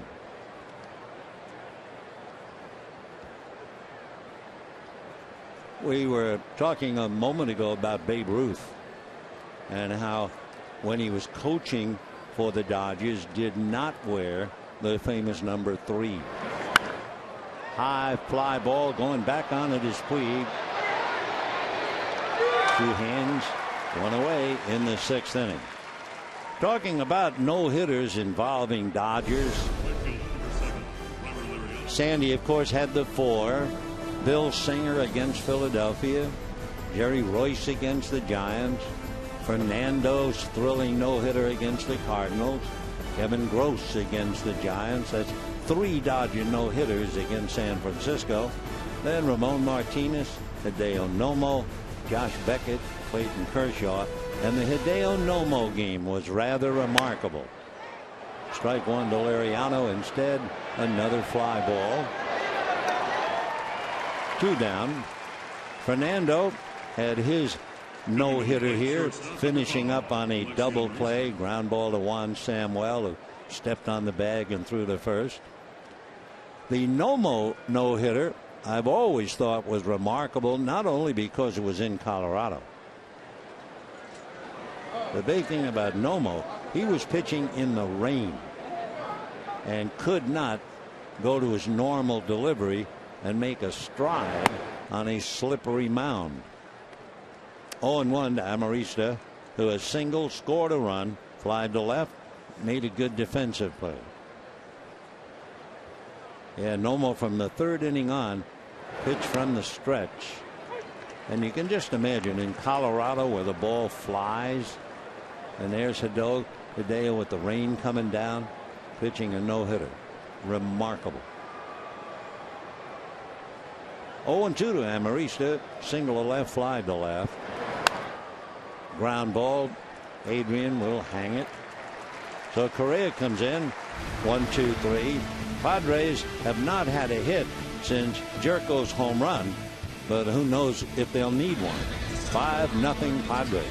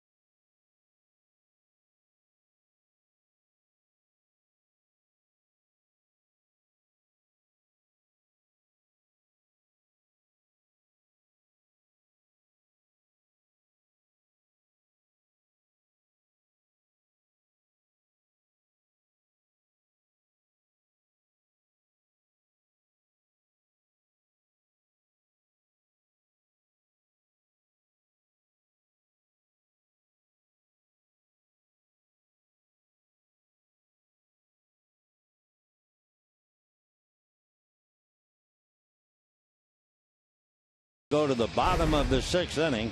What's ahead for the Dodgers? One more shot tomorrow night with San Diego here. Dan Herron and Ian Kennedy. Thursday, the ball club travels up to San Francisco, and then the collision Friday, Saturday, and Sunday with the Giants. Dodgers then continue to Colorado, and then 4 games with the Cubs, the only teams they play outside of the Western Division. And when they come home, they have 3 with the Giants, September 22, 3 and 4. And the last weekend of the regular season, they're with Colorado, 26, 27, and 28. But that's looking far ahead. We have tonight and Gordon, Ramirez, and Gonzalez in the 6th inning. 0-1. We were talking a little bit a while ago about no-hitters and the one hitter that Bob Henley had and lost. Pitching a one-hitter and you lose to a perfect game. 1-1. The Padres are the only franchise without a no-hitter. San Diego has had 19 individual one-hitters, including Cashman. A bunt up along third, gloved and then thrown, and that's too late. You don't usually see that. Remember, we saw the young third baseman barehand and throw it away. This time, Spangenberg used his glove to field the bunt, and by the time he transfers it, pretty good chance he would lose the runner. And he almost fell down, lost his balance, and the base hit. 99 times out of 100, it's going to be a bare-hand effort by the third baseman. Not that time, and D has himself a single. So Spangenberg burned on a bunt by D. Gordon, his second hit. Hanley Ramirez walked and lined out. So Cashner has allowed 4 hits, no runs. Dodgers have gotten 3 men to second base.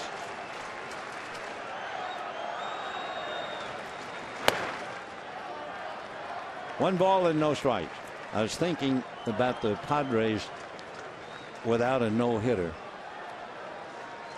Can't remember his second name.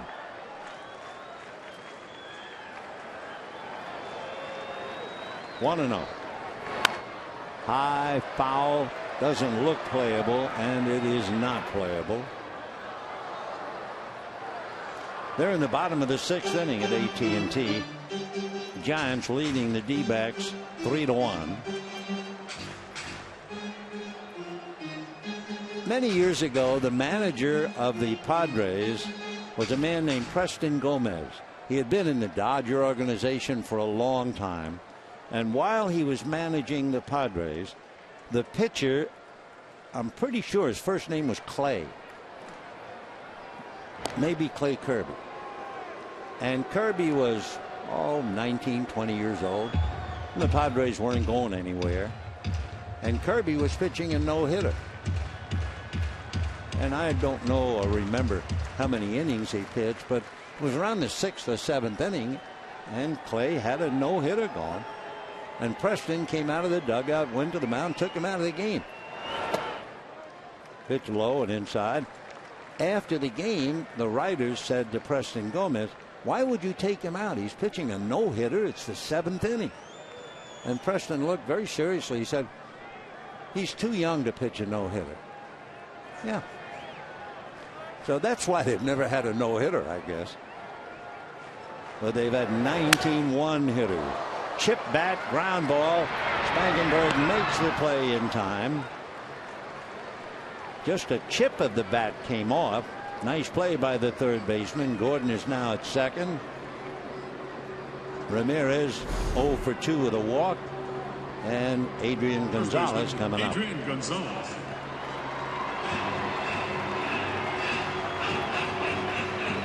Spangenberg directly in front of Amarista. So the batter now, Adrian Gonzalez, 0 for 2, flied to left and struck out. We're in the 6th. 5-0 Padres.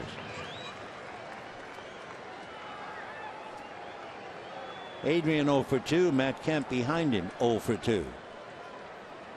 Gordon, good lead at second. Fouled away, 0-1. Where were we? We were talking about Babe Ruth, saying that he did not wear number 3 on his Brooklyn uniform when he coached. He wore number 35. Dodgers had an infield in those days. The second baseman's name was Pete Coscarart. He was wearing number 3. And that was that. High drive into right field. I think he got all of it. He did. It's gone. So Adrian hits it out, and the Dodgers wake up, now trail 5-2.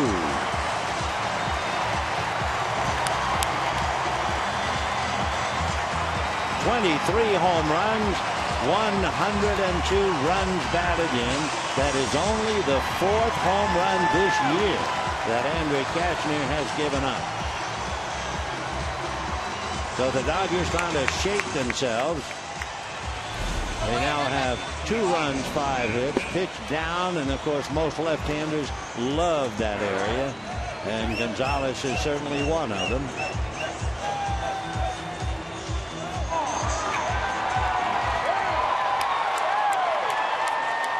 So it is 5-2 San Diego, and here's Matt Kemp. Ball 1, 1-0.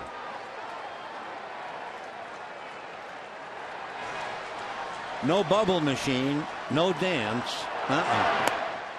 1 ball and 1 strike. There is no happy feet nor hands in the Dodger dugout. They're down, and the Giants are winning. 2-1 to Matt Kemp. Justin Turner over to say something. Scott Van Slyke over there. And a high fly ball into left, but this might be playable, and it's off the wall. Seth Smith unable to handle it, and Seth Smith appears to be a little shaken up. I think he feels he should have caught it, but he didn't. So for Matt Kemp, that double means he has hit safely in 15 straight. So Seth is a very good hitter. He is not what you would call a good outfielder. And a good outfielder catches that ball. Little hanging breaking ball. And there's Seth going back to the wall.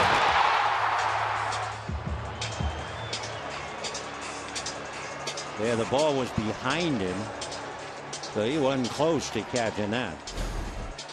So Kemp gets a big break. Fly ball double on the heels of Gonzalez home run. Darren Balsley, the pitching coach, out for the moment.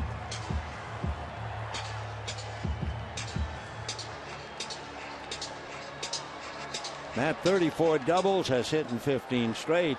Now Carl Crawford trying to pick him up.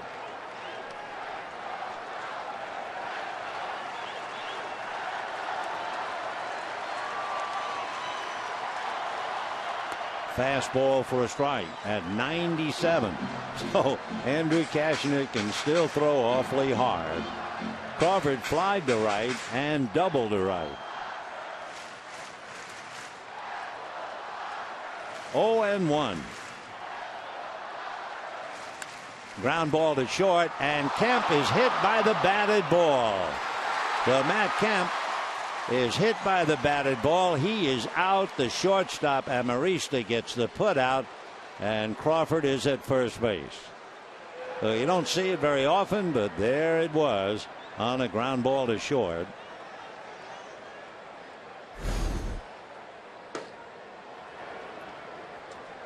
The Crawford aboard, and the batter is Juan Uribe. So the Dodgers give up an out and lose 90 feet as well. And Marista going through with the play, but the ball's dead. So Kemp caught on the chopper, and here is Uribe, single to center and fly to center. Fastball, foul back.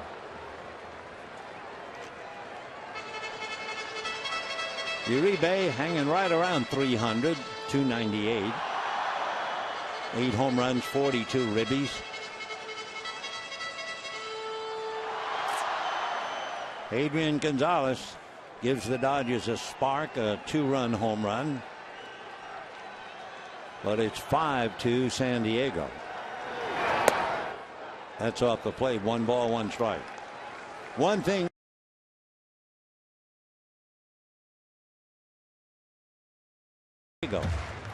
And their bullpen has truly been terrific.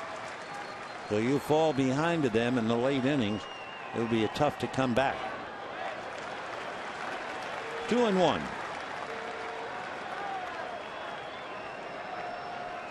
Uribe, who hit the home run to right field, right down the line last night.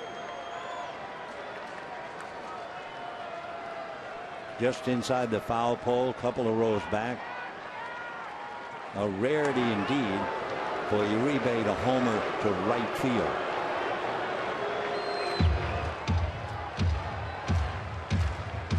Five runs, 5 hits for the Padres.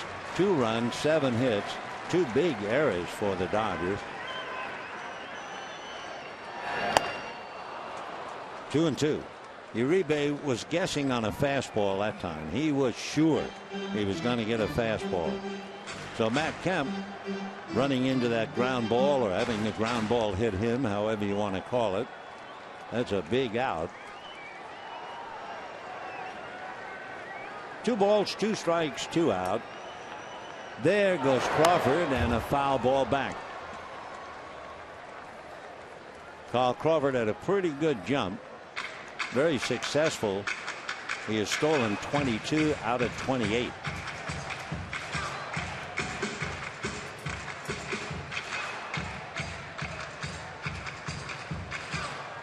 Lorenzo Bundy passing out a sign across the diamond. 2 balls, 2 strikes, 2 out. The Dodgers had scored 2. Deuces are wild. Foul ball out of play.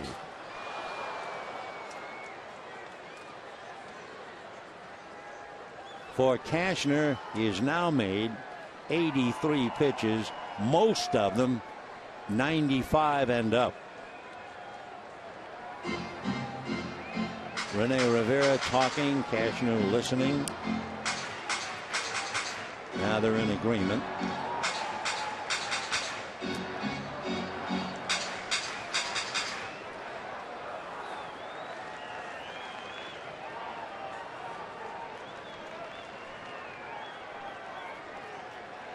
Two and two.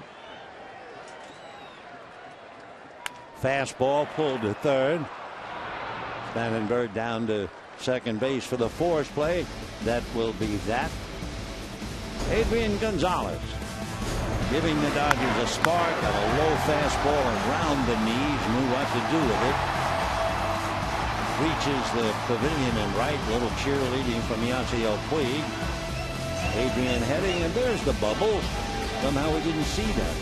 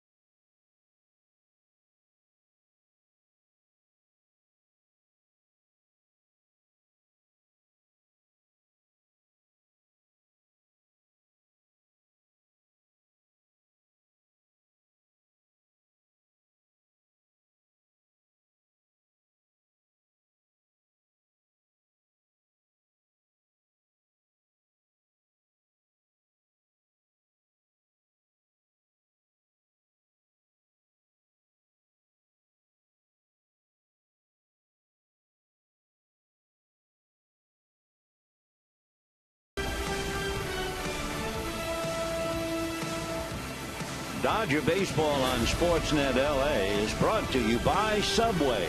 Get a great deal on this month's $6 foot-long special, the Italian BMT, or the $3 6-inch Select, the Sweet Onion Chicken Teriyaki. Subway, eat fresh. And by your Southern California Mazda dealers. 5-2 in favor of San Diego. The moon has removed the redness. And Cashner, a chopper back to Correa. Almost thrown away. Good stretch. 1 away. So Correa has retired 4 in a row. Third baseman, number 15, Corey Spangenberg. Spangenberger coming up. Grounded out. Single. Grounded out again. Corey's 1 for 3. Just called up recently. Going to keep an eye on him. They spent a lot of money to get him, and they certainly think he is well worth it. On the corner for a strike. Corey, a first-round pick. No balls, 1 strike. Off the plate.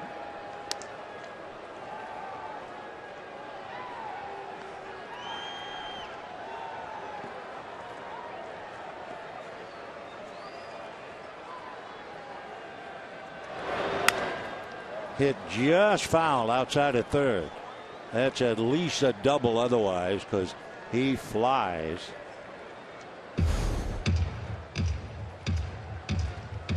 Just avoided the bag.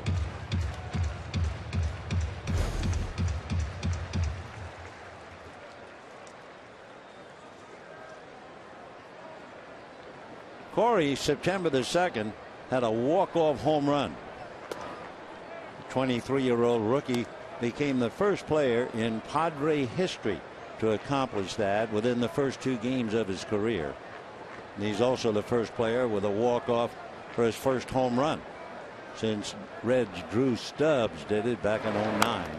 Fouled away. He also had a walk-off pinch hit home run. So he's off to a great start. Pure left-hand hitter. They figure he'll hit 300 just about every year. Not a lot of home runs, but just a pure stroke. 2 balls, 2 strikes.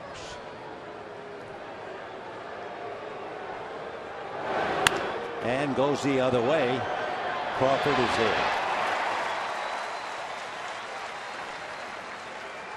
2 out, 7th inning, and Seth Smith coming up. Smith grounded to short, struck out, grounded to first.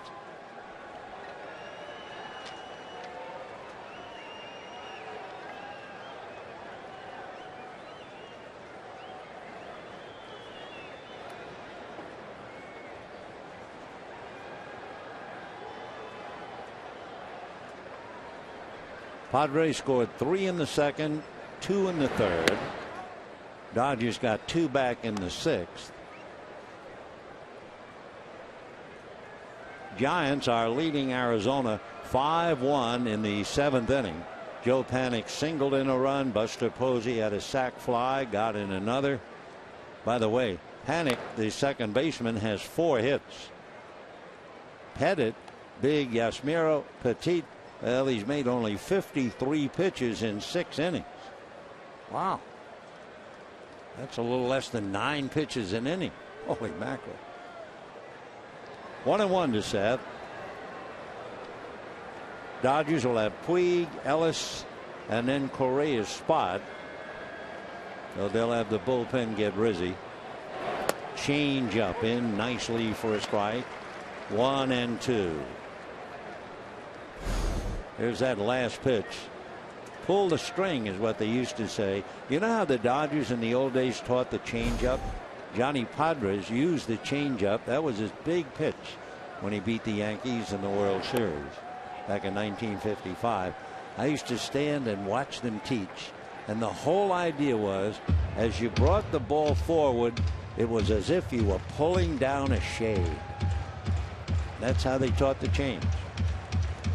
It is so difficult to master, but Padres had a gem and it paid off. 2 balls, 2 strikes. Off speed, another changeup, got it. So Seth goes 0 for 4, fooled on that at bat, and we're heading for the bottom of the 7th inning. Yasiel Puig hit into a double play, grounded out, 0 for 2, hungry as a hitter can get, and he'll be leading off the bottom of the 7th.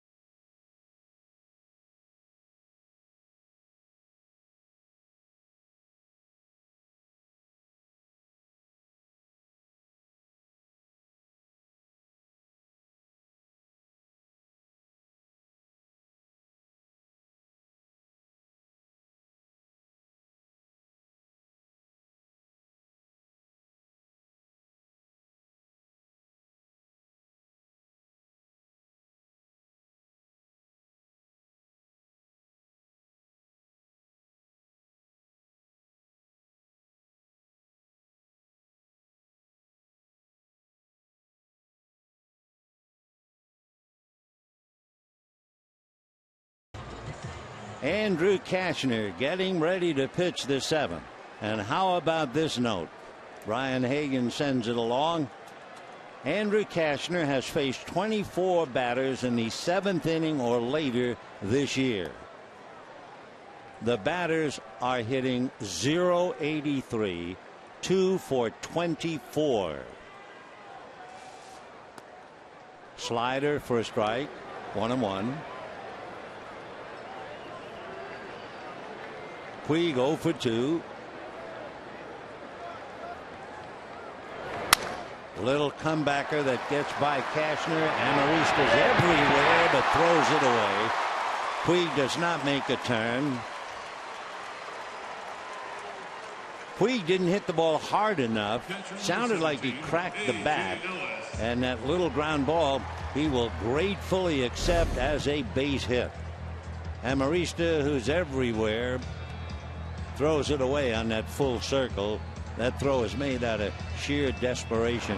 Talking about desperation, that's the way Puig is right now. And he gets a little gift. He's jammed, might have even cracked the bat, but he winds up with a base hit.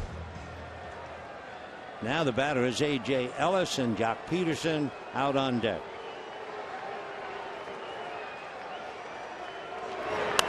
Fouled away.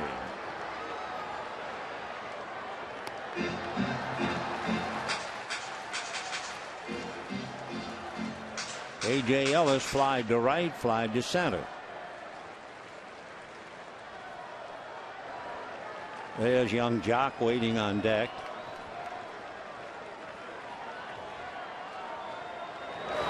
Fastball, and that's going to go over the leaping Jerko.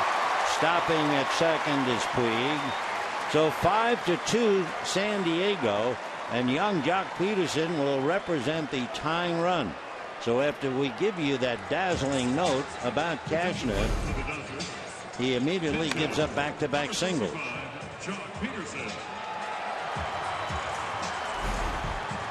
So here is Peterson representing the tying run. Rivera out to talk to Kashner.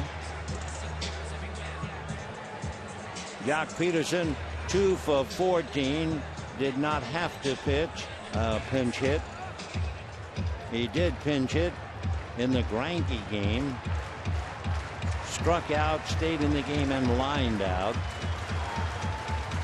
Jamie Wright gets up in the Dodger bullpen. So Peterson representing the tying run. D. Gordon on deck. And so Kashner, accustomed to blowing the hitters away, is in trouble. Ball 1.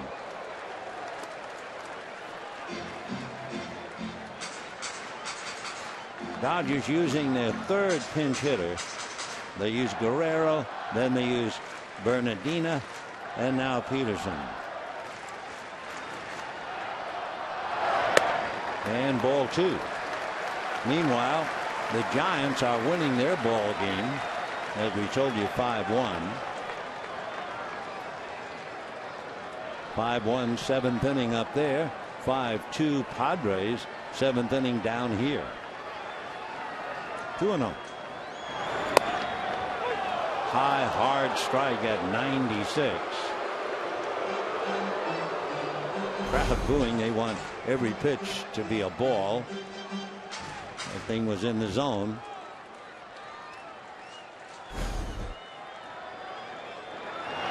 Another fastball. That's something. You're sitting in the dugout minding your own business. They send you up against a guy throwing 96. But it counts his way. 3-1.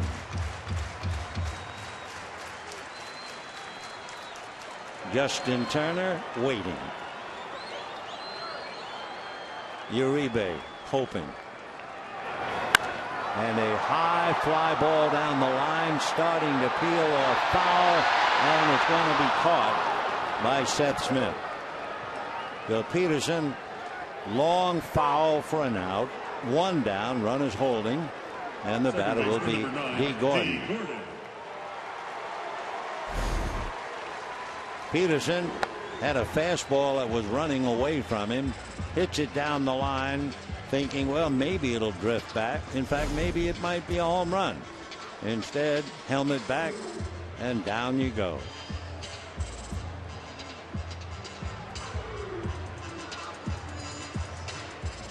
For Jock Peterson, in his battle against Cashner, Cashner has only had 2 3-ball counts, and Jock was the second one. So now Cashner going to work on Gordon, who is 2 for 3. Ground ball to the right side. Jerko goes to Amarista. That's about all. So what Amarista does, knowing he can't get Gordon, he's immediately looking at third to see if perhaps Puig would round the bag. However, Yasiel did not round the bag. Lorenzo Bundy was anticipating a throw. Here's the feed, and then Amarista knows no Gordon. I'll look over there. Yasiel goes to third, looks back, hits the bag, and stops.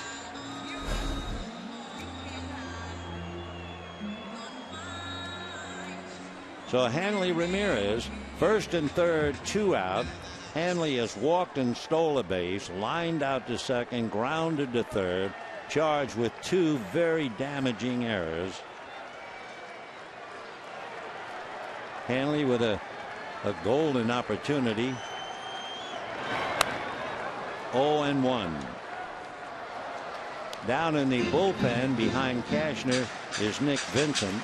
In the Dodger bullpen, Brian Wilson and Jamie Wright. There's Nick, and there are the Dodgers.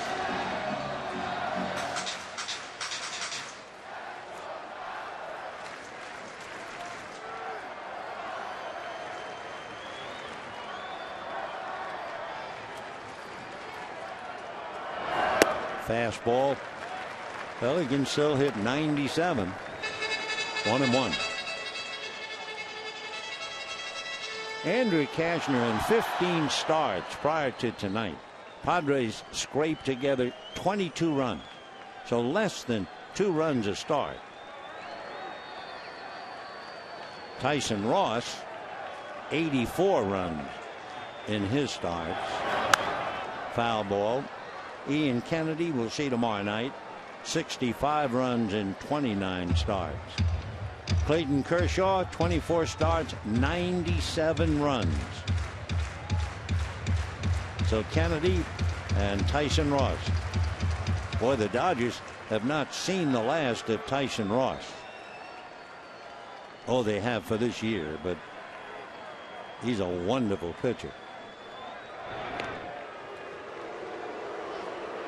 Gordon at first, Puig at third, 2 out. Both men like to run. 1 ball and 2 strikes to Hanley Ramirez.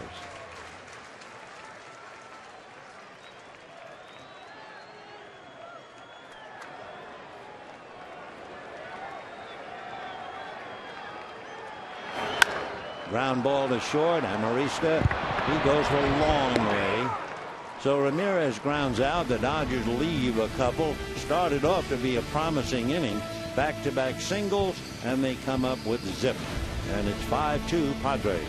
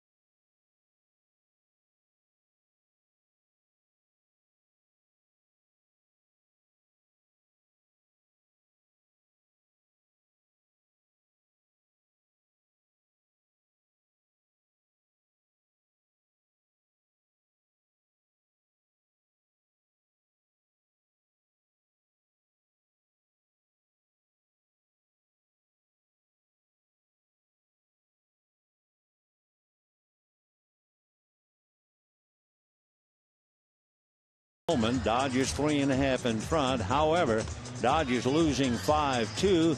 Giants winning 5-1. That 3.5 looks at this juncture to be quickly turning to 2.5. Just looking ahead, and the Dodgers had better not do that playing the Padres. But coming up, it'll be Hyun-Jin Ryu and Madison Bumgarner.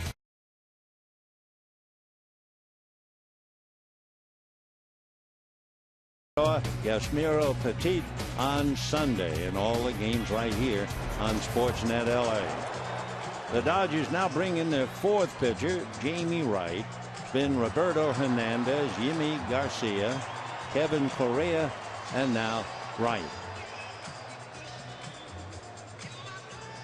Ian Kennedy tomorrow night.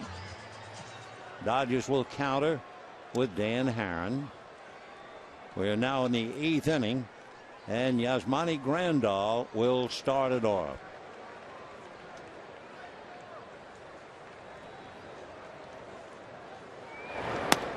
A strike, 0-1.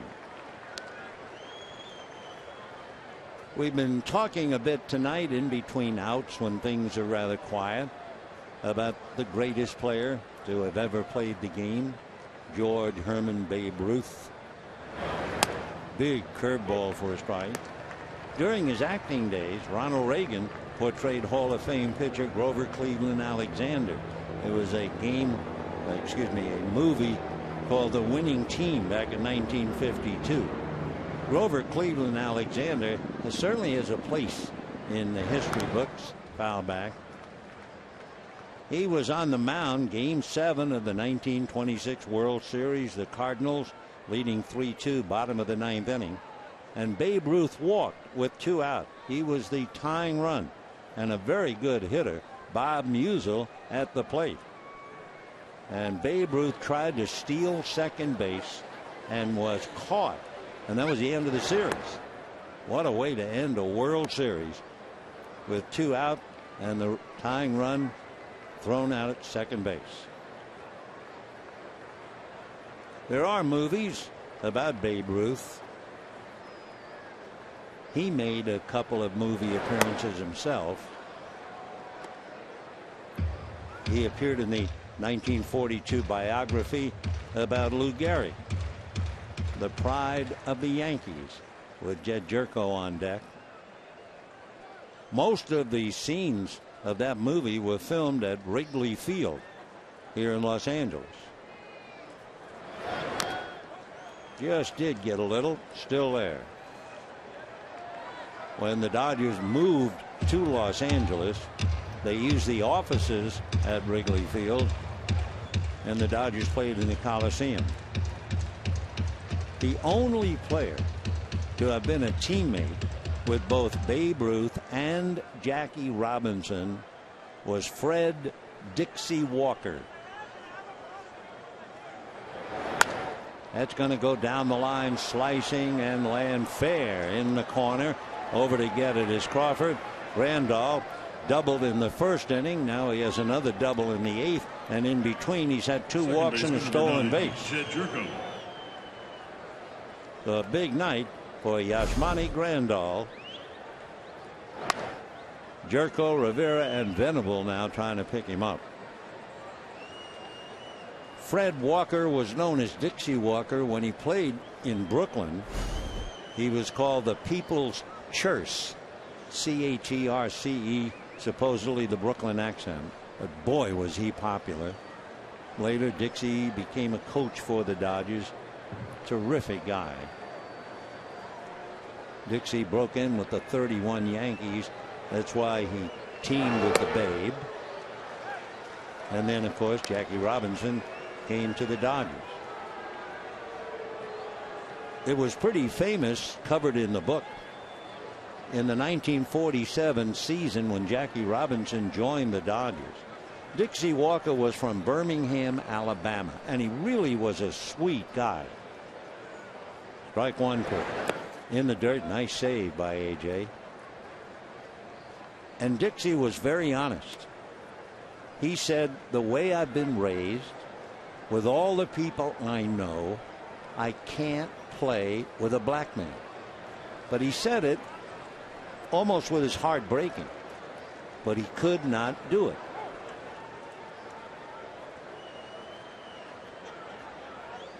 Later on, however, he got to know Jackie. The next thing you know, he's giving Jackie batting tips, and really admired Robinson as a man and as a player. His brother was called Harry the Hat Walker. Harry was a batting champion and managed in the big leagues.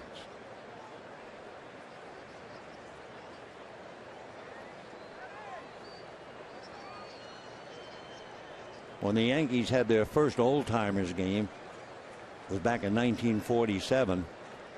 That was a backdrop for the team to retire Babe Ruth's uniform number 3. Red Patterson, who is a former newspaper man, PR man for the Yankees, and later with the Dodgers. Patterson was the one who invented the tape measure home run. He'd go out and measure it. Well, he was the one who convinced the Yankees to have an old timers day. 3-1. 3-2.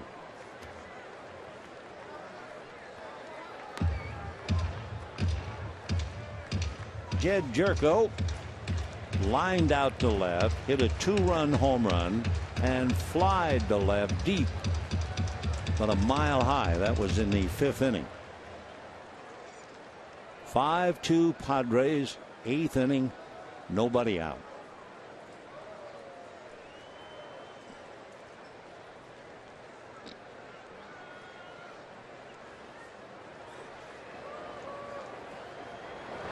Fastball hit to the hole through. However, Grandal wasn't sure about that, so he'll only go to third. So Jerko a base hit. Wright's in trouble. Runners at first and third. Nobody out. And the batter, Rene Rivera, the catcher. So the Padres 5 runs, 7 hits. Dodgers 2 runs, 9 hits. They're in the bottom of the 8th inning at AT&T Park. Giants 5, Arizona 1. Yasmiro Petit has made only 73 pitches in 8 innings. Wow. That's 9 pitches an inning, really. We're going to see him on Sunday against Clayton Kershaw. Wow.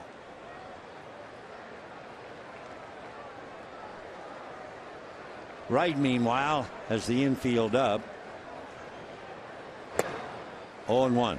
Petit has had 2 innings where he made only 6 pitches, and he's had 3 innings where he made only 9 pitches. The most pitches in 1 inning in 8 innings. Petit made 14 pitches in the 3rd inning. Wow, what a game. 0-1 to Rivera.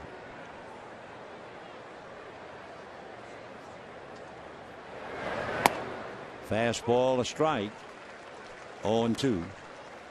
The paid attendance tonight, another fine crowd, 45,213. 45,213. So the Dodgers now 3,400,000. They'll go over 3.5 tomorrow night. Foul ball off first, out of play. Still 0-2 to Rene Rivera. The catcher grounded to third, struck out and popped up.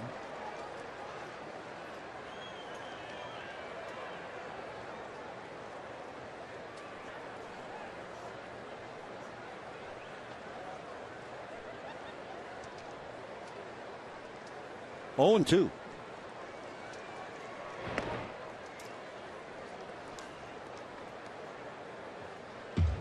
Jerko is not a good base stealer. His numbers say stolen 2, caught twice. Probably when he goes, part of a hit and run play.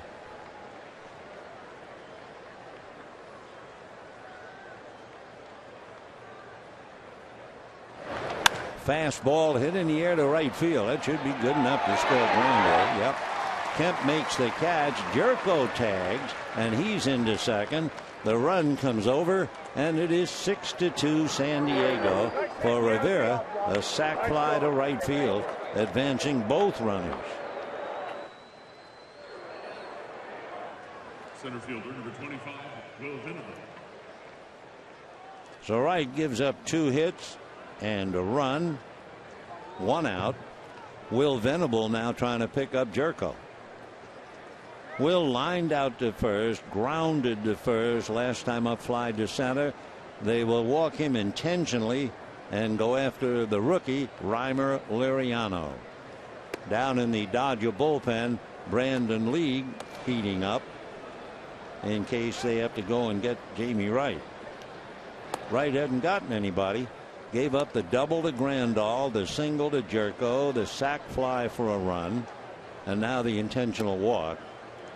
And in a moment, Reimer Liriano.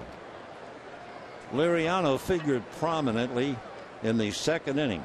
2 out, easy ground ball, and I'm sure he would describe it as an easy ground ball. And Hanley Ramirez tried to backhand it, and it went under his glove for an error. And that opened it up. Instead of the third out, a single, a double, a single, and within the flip of a coin, San Diego had 3, and now Don Mattingly is forced to make the move, and Jamie Wright will have to come out. So Mattingly ready to use his 5th pitcher. Hernandez, Garcia, Correa, and Wright, and we'll be right back.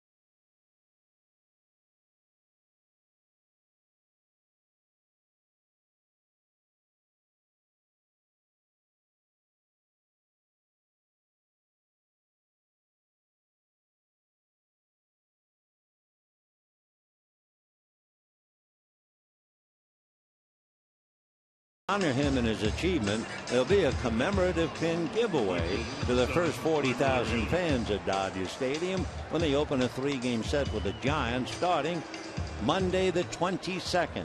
Clayton's number. Compliments of 76. So for tickets, visit Dodgers.com/promotions. Dodgers in trouble. They're down 6-2. Padres have only 1 out and runners at first and second. Reimer Liriano 0 for 3 at the plate. Brandon Lee with his sinker, and it's lifted back to first base down the line. Gonzalez in foul territory to make the catch, and the runners have nowhere to go. So Liriano fouls out. Coming to the plate, shortstop. 2 down, and the shortstop, Alexi Amarista. Amarista single to left, fly to left, grounded to Gonzalez. Scored a run in the second inning. And as usual, has done a fine job at shortstop. Jay Gobert, left-hand hitting first baseman outfielder, is out on deck to bat for Andrew Kashner. Dale Thayer was throwing in the pen. Oh, there's Jake. And ball 1.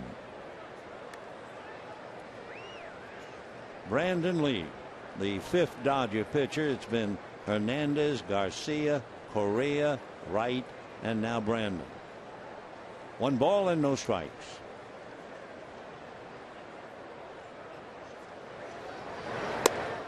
Turn him away. 2-0 to count.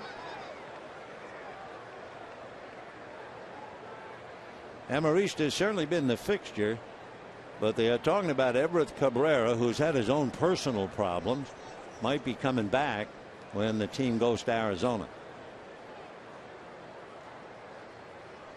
Sinker, ball 3.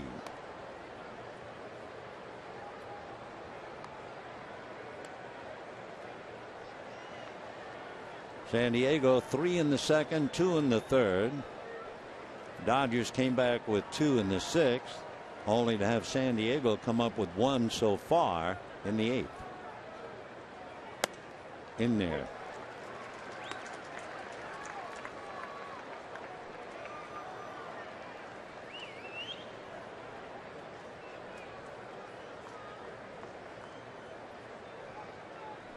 Infield way back. Amarista is a good bunter. 3-2.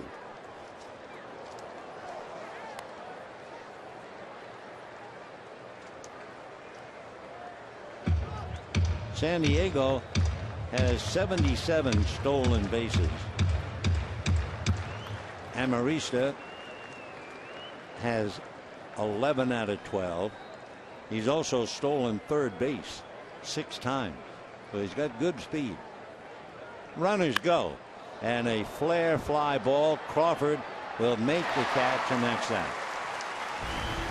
So Amarista, fly ball, 1 run, 2 hits and a walk, 2 left at the end of 7.5. 6-2 San Diego.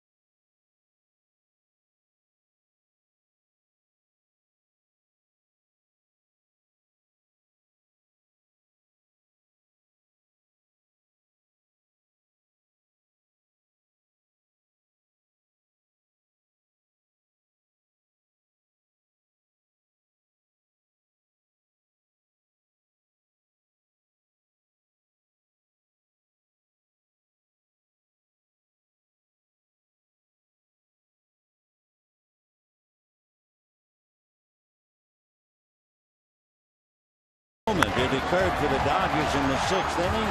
Adrian Gonzalez homers into the right field pavilion.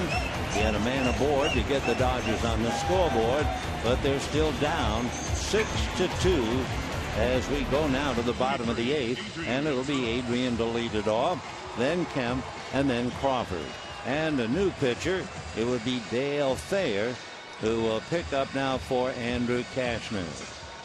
So Cashner toned in a strong 7, gave up 2 runs on the Gonzalez home run, 9 hits, but he only walked 1, and he only struck out 2, which is a little amazing when you watch Cashner throwing 97 and 98. Ball 1, 1-0 to count. Dale Thayer was born in Fountain Valley, lives in Huntington Beach. Went to Cal State Chico. 2-0. He was signed by the Padres back in 2002, but instead didn't come up with San Diego. He came up with the Rays. Stayed with the Rays. Then in 11 went to the Mets. 2-1. Then 2 years ago to the Padres. 2 balls and 1 strike. Dale is an even 6, 185, 33 years old. Be 34 the middle of December, and there's a line foul. The paid attendance 45,213. By the way, we're talking about Yasmiro Petit and that gem that he is turning in. As the Giants last we saw 5-1. The 8th inning against Arizona.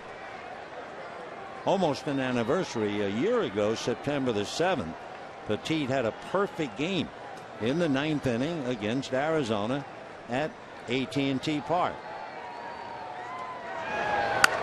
Another foul. Petit in that game retired 26 in a row, and the 27th batter, Eric Chavez, who recently retired, singled just in front of a diving Hunter. He went 8 2/3, then retired. The next batter, he had himself a 1-hit shutout, 3-0. Well, now he has 2 out in the 9th inning, leading 6-1. Another complete mastery. Long fly ball, but it's playable in the glove of Raimel Liriano. So 1 down. Dodgers right fielder. That will bring up Matt Kemp. Matt Kemp grounded to third, hit back to the box, doubled, and then of all things was hit by the ground ball off the bat of Carl Crawford. He was out. Crawford reached, and the put out went to Amarisa. It's all over up at AT&T. Giants beat Arizona. They've beaten them 9 out of 14 now. And there's ball 1. For Yasmiro Petit, a 5-1 victory, a complete game 4 hitter. He made 84 pitches. I think the lowest number of pitches in a 9-inning game I ever saw, I believe, was 79 pitches. Brooklyn and Wrigley Field, Chicago. And a high fly ball, but that's all it is. Waiting for it is Venable. 2 out in the 8th. Carl Crawford coming up. For the Dodgers, left fielder number 3, Carl Crawford. Another remarkable thing that Yasmiro Petit did. 26 of 29 first pitch strikes. Wow. We're in the bottom of the 8th, 2 out, bases empty.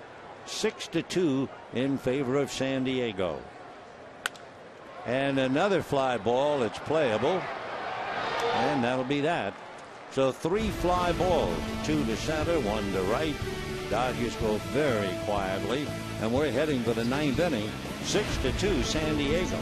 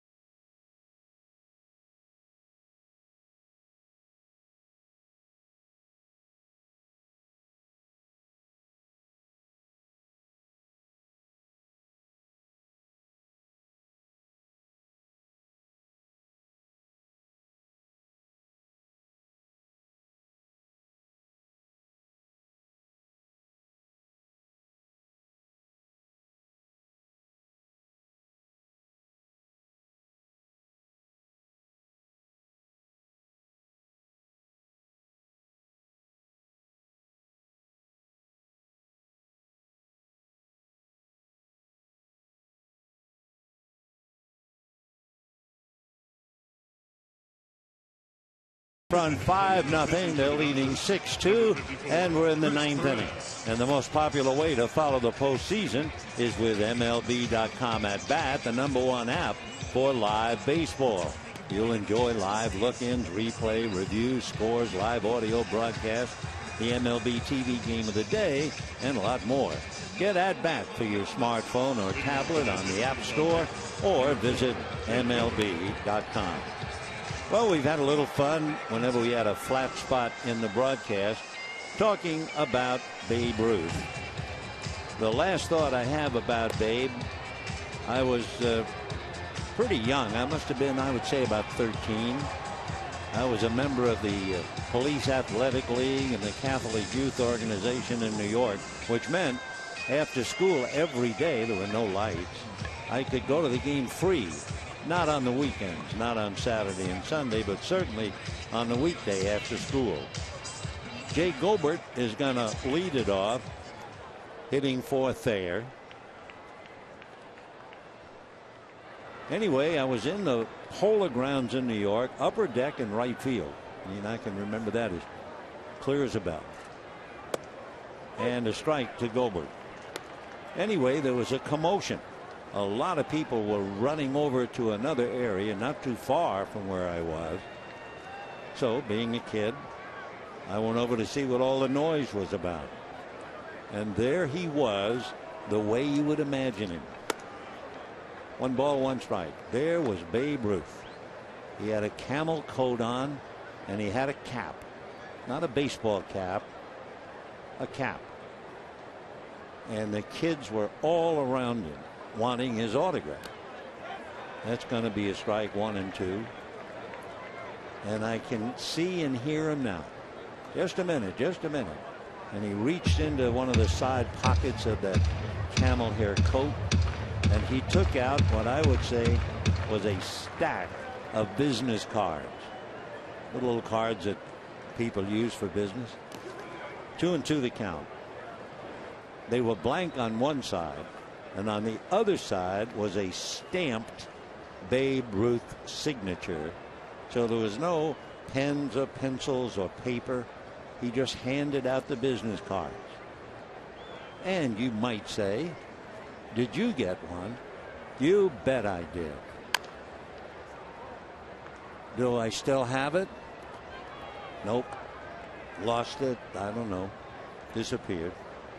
Probably wouldn't be worth much because it was a stamped signature, but it was the Babe. And I must say, it was beautifully handwritten before it became a stamp. 2 and 2. The worst signatures in America, without a doubt, can be found on baseballs signed by big leaguers. The worst. Jake's going to be 27 in a few days. On the 24th. From Illinois. 2 and 2. And see you later. Oh, yeah. Badly fooled on that pitch. So Gobert strikes out. We have 1 out here in the top of the 9th inning. Chris Perez, the 6th Dodger pitcher. Great pitch to nail Gobert.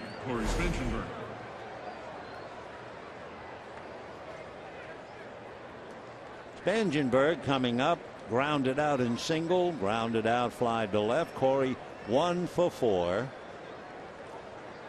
Only been up a little while. Check swing, ball 1.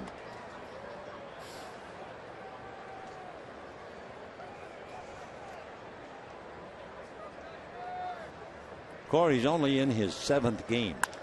And slicing one to left center. There's nobody there. That will go to the track. Picked up by Crawford. By that time, Corey's into second base with a double. So he goes 2 for 5 in the leadoff spot in the lineup. Number 12, Seth Smith.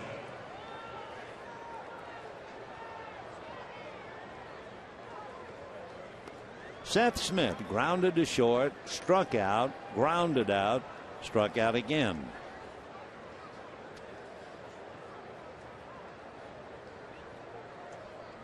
When the Dodgers come up in the bottom of the ninth inning, they are due to send up Uribe, Puig, and Ellis. And if they get anything going, there would be a hitter for Perez.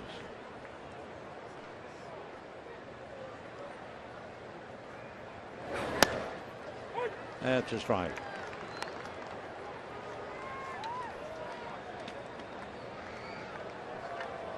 Six runs, 8 hits for the Padres. 2 runs, 9 hits for the Dodgers in the ninth. Dodgers in danger of seeing their lead cut to 2.5 games. Deep fly ball to left. Crawford going over, picks it off. Nice play. And back to second goes Spangenberger. Carl Crawford, a fine play on a deep fly ball that just started to slice on him, but he tracked it nicely in front of the pen. 2 out, and the batter Yasmani Grandal. He's had a perfect night. 2 doubles, 2 walks, also has a stolen base, and he has scored twice.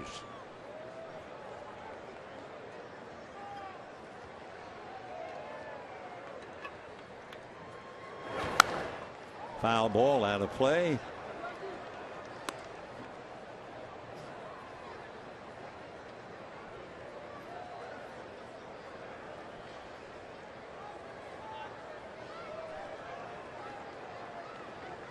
Yasmani with a good night tonight, but he is still struggling, hitting only .214. But he has a lot of power. Popped it up. Should be Adrian Gonzalez in foul ground. All right. No runs, 1 hit, a double, and a man left. And we are heading to the bottom of the ninth. 6-2 San Diego.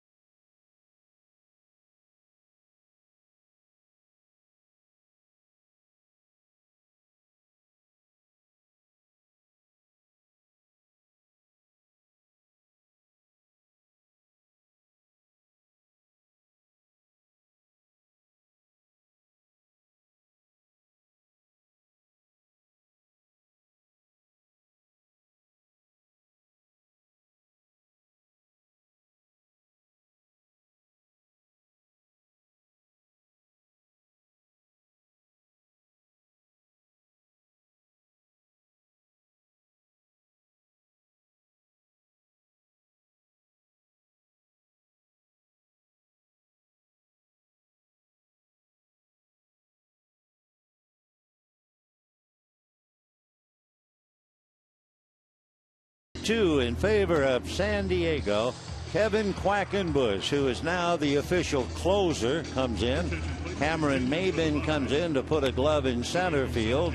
Will Venable goes from center field to left field. Seth Smith comes out. And Quackenbush, out of Tampa, Florida, went to the University of South Florida. An 8th round pick by the Padres back in 2011. That's all. He arrives on the scene in a hurry. He's 6'3" and 210. 25 years old. He'll be 26 the end of November. Last year, he struck out almost 40% of all the right-hand batters he faced, and left-handers hit only 200 against him. So Quackenbush ready to go to work. And Juan Uribe will greet him. Quackenbush in his 50th game has 2 saves. That's been one problem for the bullpen. They really haven't had a chance to save very many games. Juan Uribe, single to center, fly to center, grounded to third.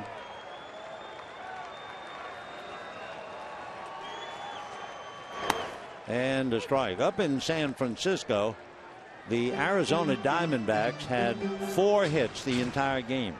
Angel Pacan had 4 hits for the Giants, and Joe Panik had 5 hits.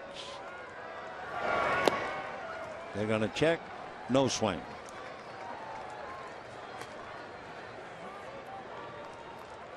Tomorrow night, final game of the series, Dan Haren and Ian Kennedy. Yasiel Puig on deck, and Haren getting ready for tomorrow. 2-1 the count to Juan. Padres scored 3 in the second, 2 in the third, added 1 more in the 8th. Dodgers scored 2 in the 6th, and that's it. Little roller to the left of the mound. Here comes Spartan. He can't make the play. So Spangenberg unable to make it. I think Uribe would have beaten it out anyway. So the Dodgers get a little break. For Uribe, he's 2 for 4. And Yasiel Puig coming up.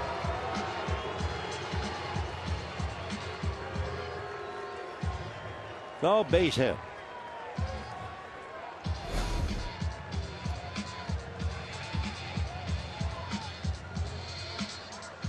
Yasiel Puig hit into a double play, grounded out, and cracked his bat.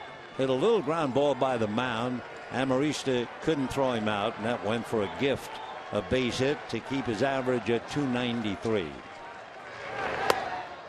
0-1. Seeing Cameron Maybin out there in center field. Remember last night that Maybin overran a base hit to center field? Well, that was really news in San Diego. That was his first error in 190 games. That's the longest streak in Padre history for an outfielder. So he is a dandy. Cameron Maybin out of Asheville, North Carolina.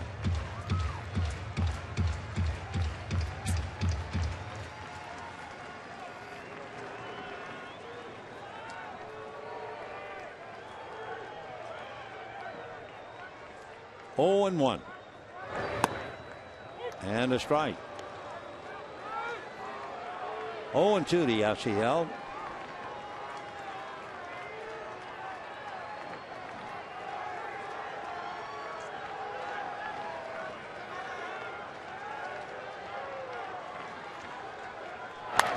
And foul ball off to the right. 0-2.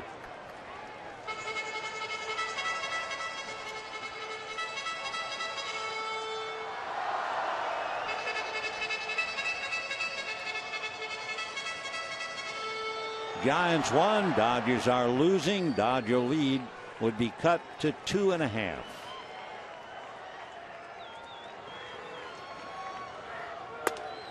Fastball out of the zone.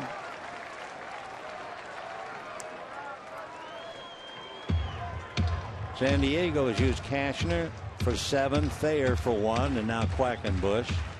Dodgers have used 6 pitchers: Hernandez, Garcia, Correa, Wright, League, and Perez.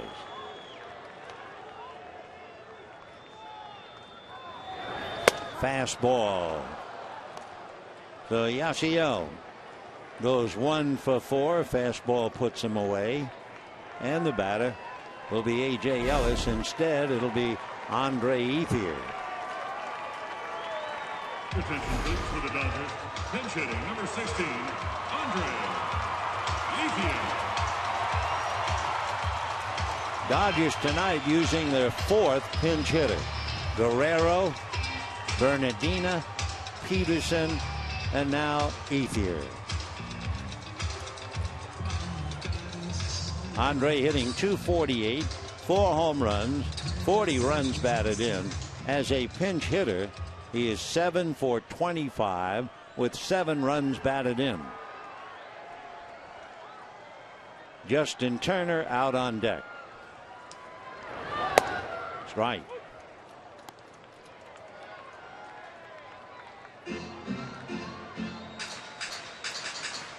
Tomorrow night, Dan Haren and Ian Kennedy.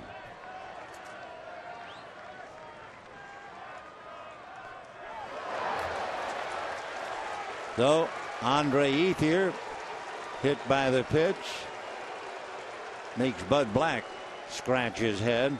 For Quackenbush, just to answer a question, that's only the second man he's hit all year, and he got Andre in the back of the right knee.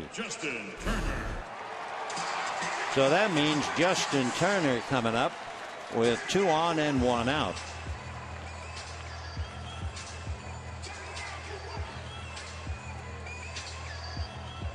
So Guerrero, Bernardina, Peterson, Ethier, and now Turner. Justin, great numbers, checking in. 1 out in the 9th, 6-2, favor of San Diego, trying to win their 3rd of 9 here at Dodger Stadium and their 7th of 18.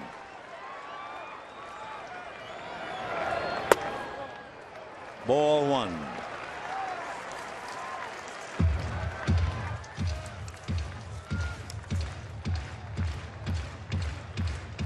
Justin Turner, by the way, hitting .360 as a pinch hitter.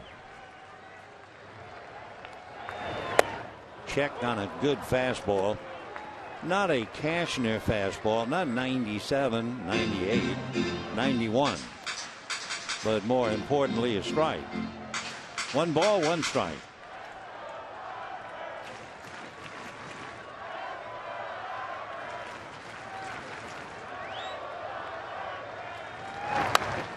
Fouled off another fastball, and the count 1-2.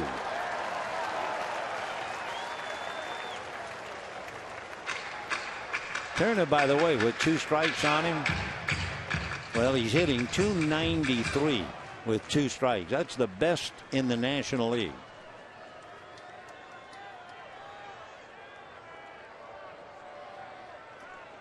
One out, 9th inning, 6-2 San Diego. Fastball fouled away.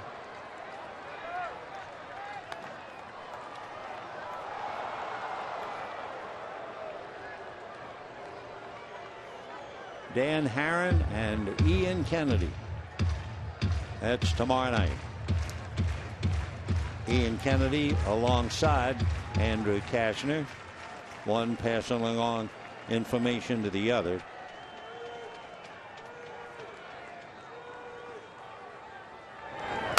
Another foul ball.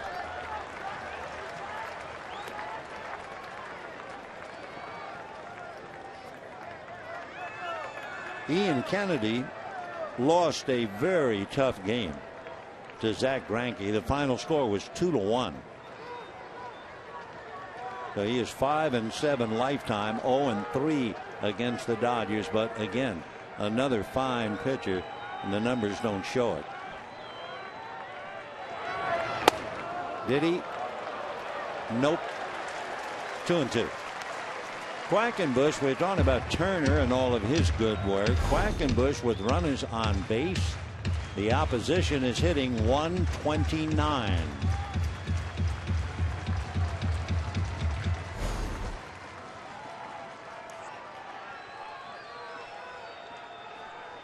Two and two with 1 out.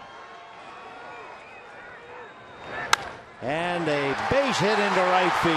Well, that's Justin Turner. So coming to the plate, and it'll be cut off, is Uribe.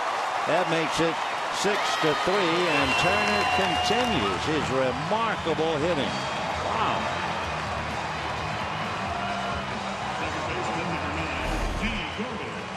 And now the Dodgers suddenly, with 1 out, have the tying run at the plate in D. Gordon. So Turner, base hit, run batted in, scoring Uribe. Darren Balsley, the pitching coach, talking to his closer.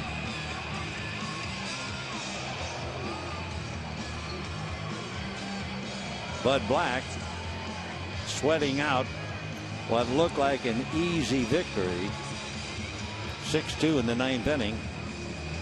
Cashner doesn't look worried as he's showing the palm of his left hand to Ian Kennedy.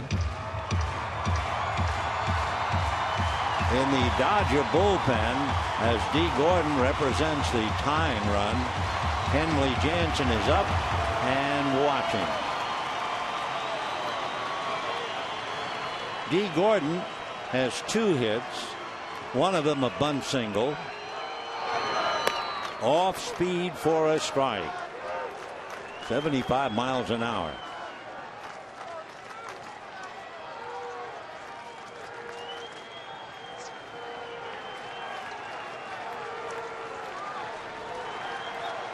Kevin Quackenbush.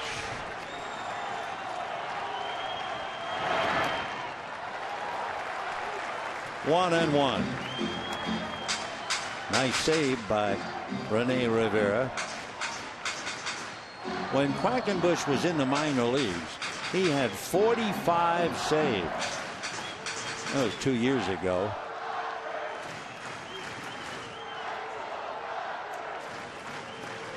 Kevin, fastball, curve, changeup. And he's behind now 2-1.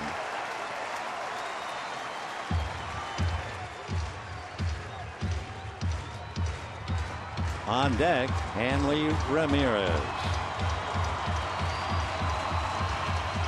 Adrian Gonzalez a ways before he can be considered as a hitter. It's up to Gordon and Ramirez. 1 out. Check, a strike. D's body language. He did not believe that was a strike. 2-2 to count.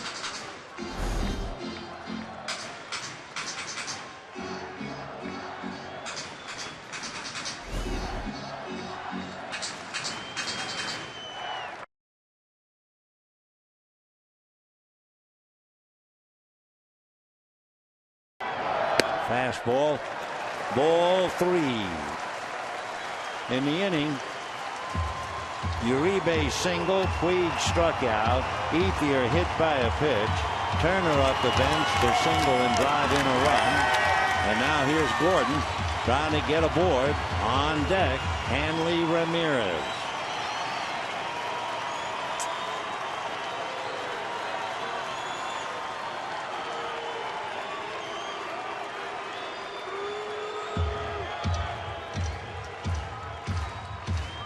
Gordon earlier tonight had a 10-pitch at bat and wound up with a base hit.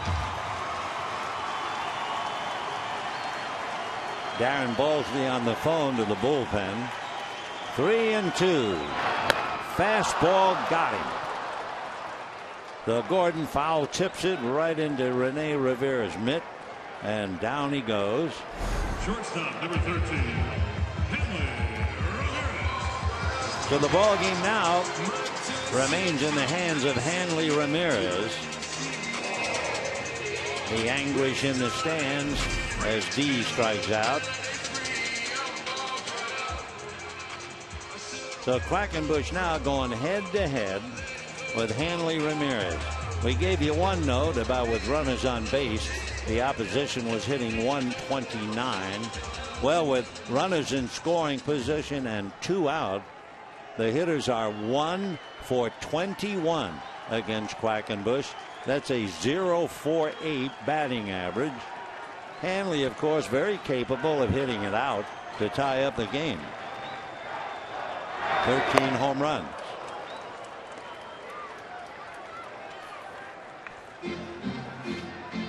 Take a look at Quackenbush. He's allowed 2 home runs as Puig and Uribe talk it over.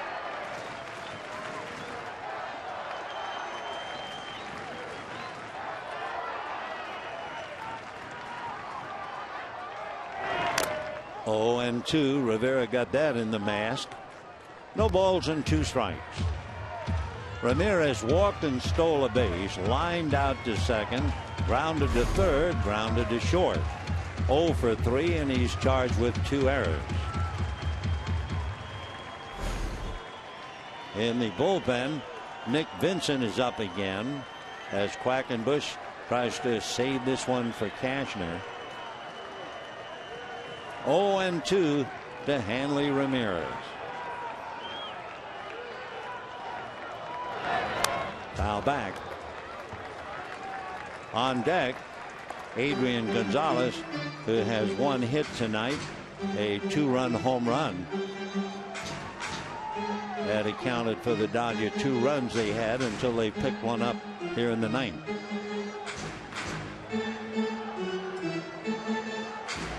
So Kennedy busy with a conversation, but he'll be battling the Dodgers tomorrow night. Hanley talking about battling up there. No balls and 2 strikes.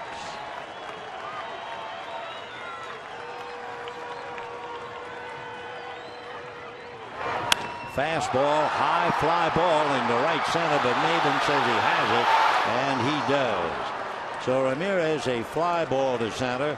The Dodgers get 1, leave 2, and lose the game, and 1 game off their lead. They now lead the Giants by 2.5 games.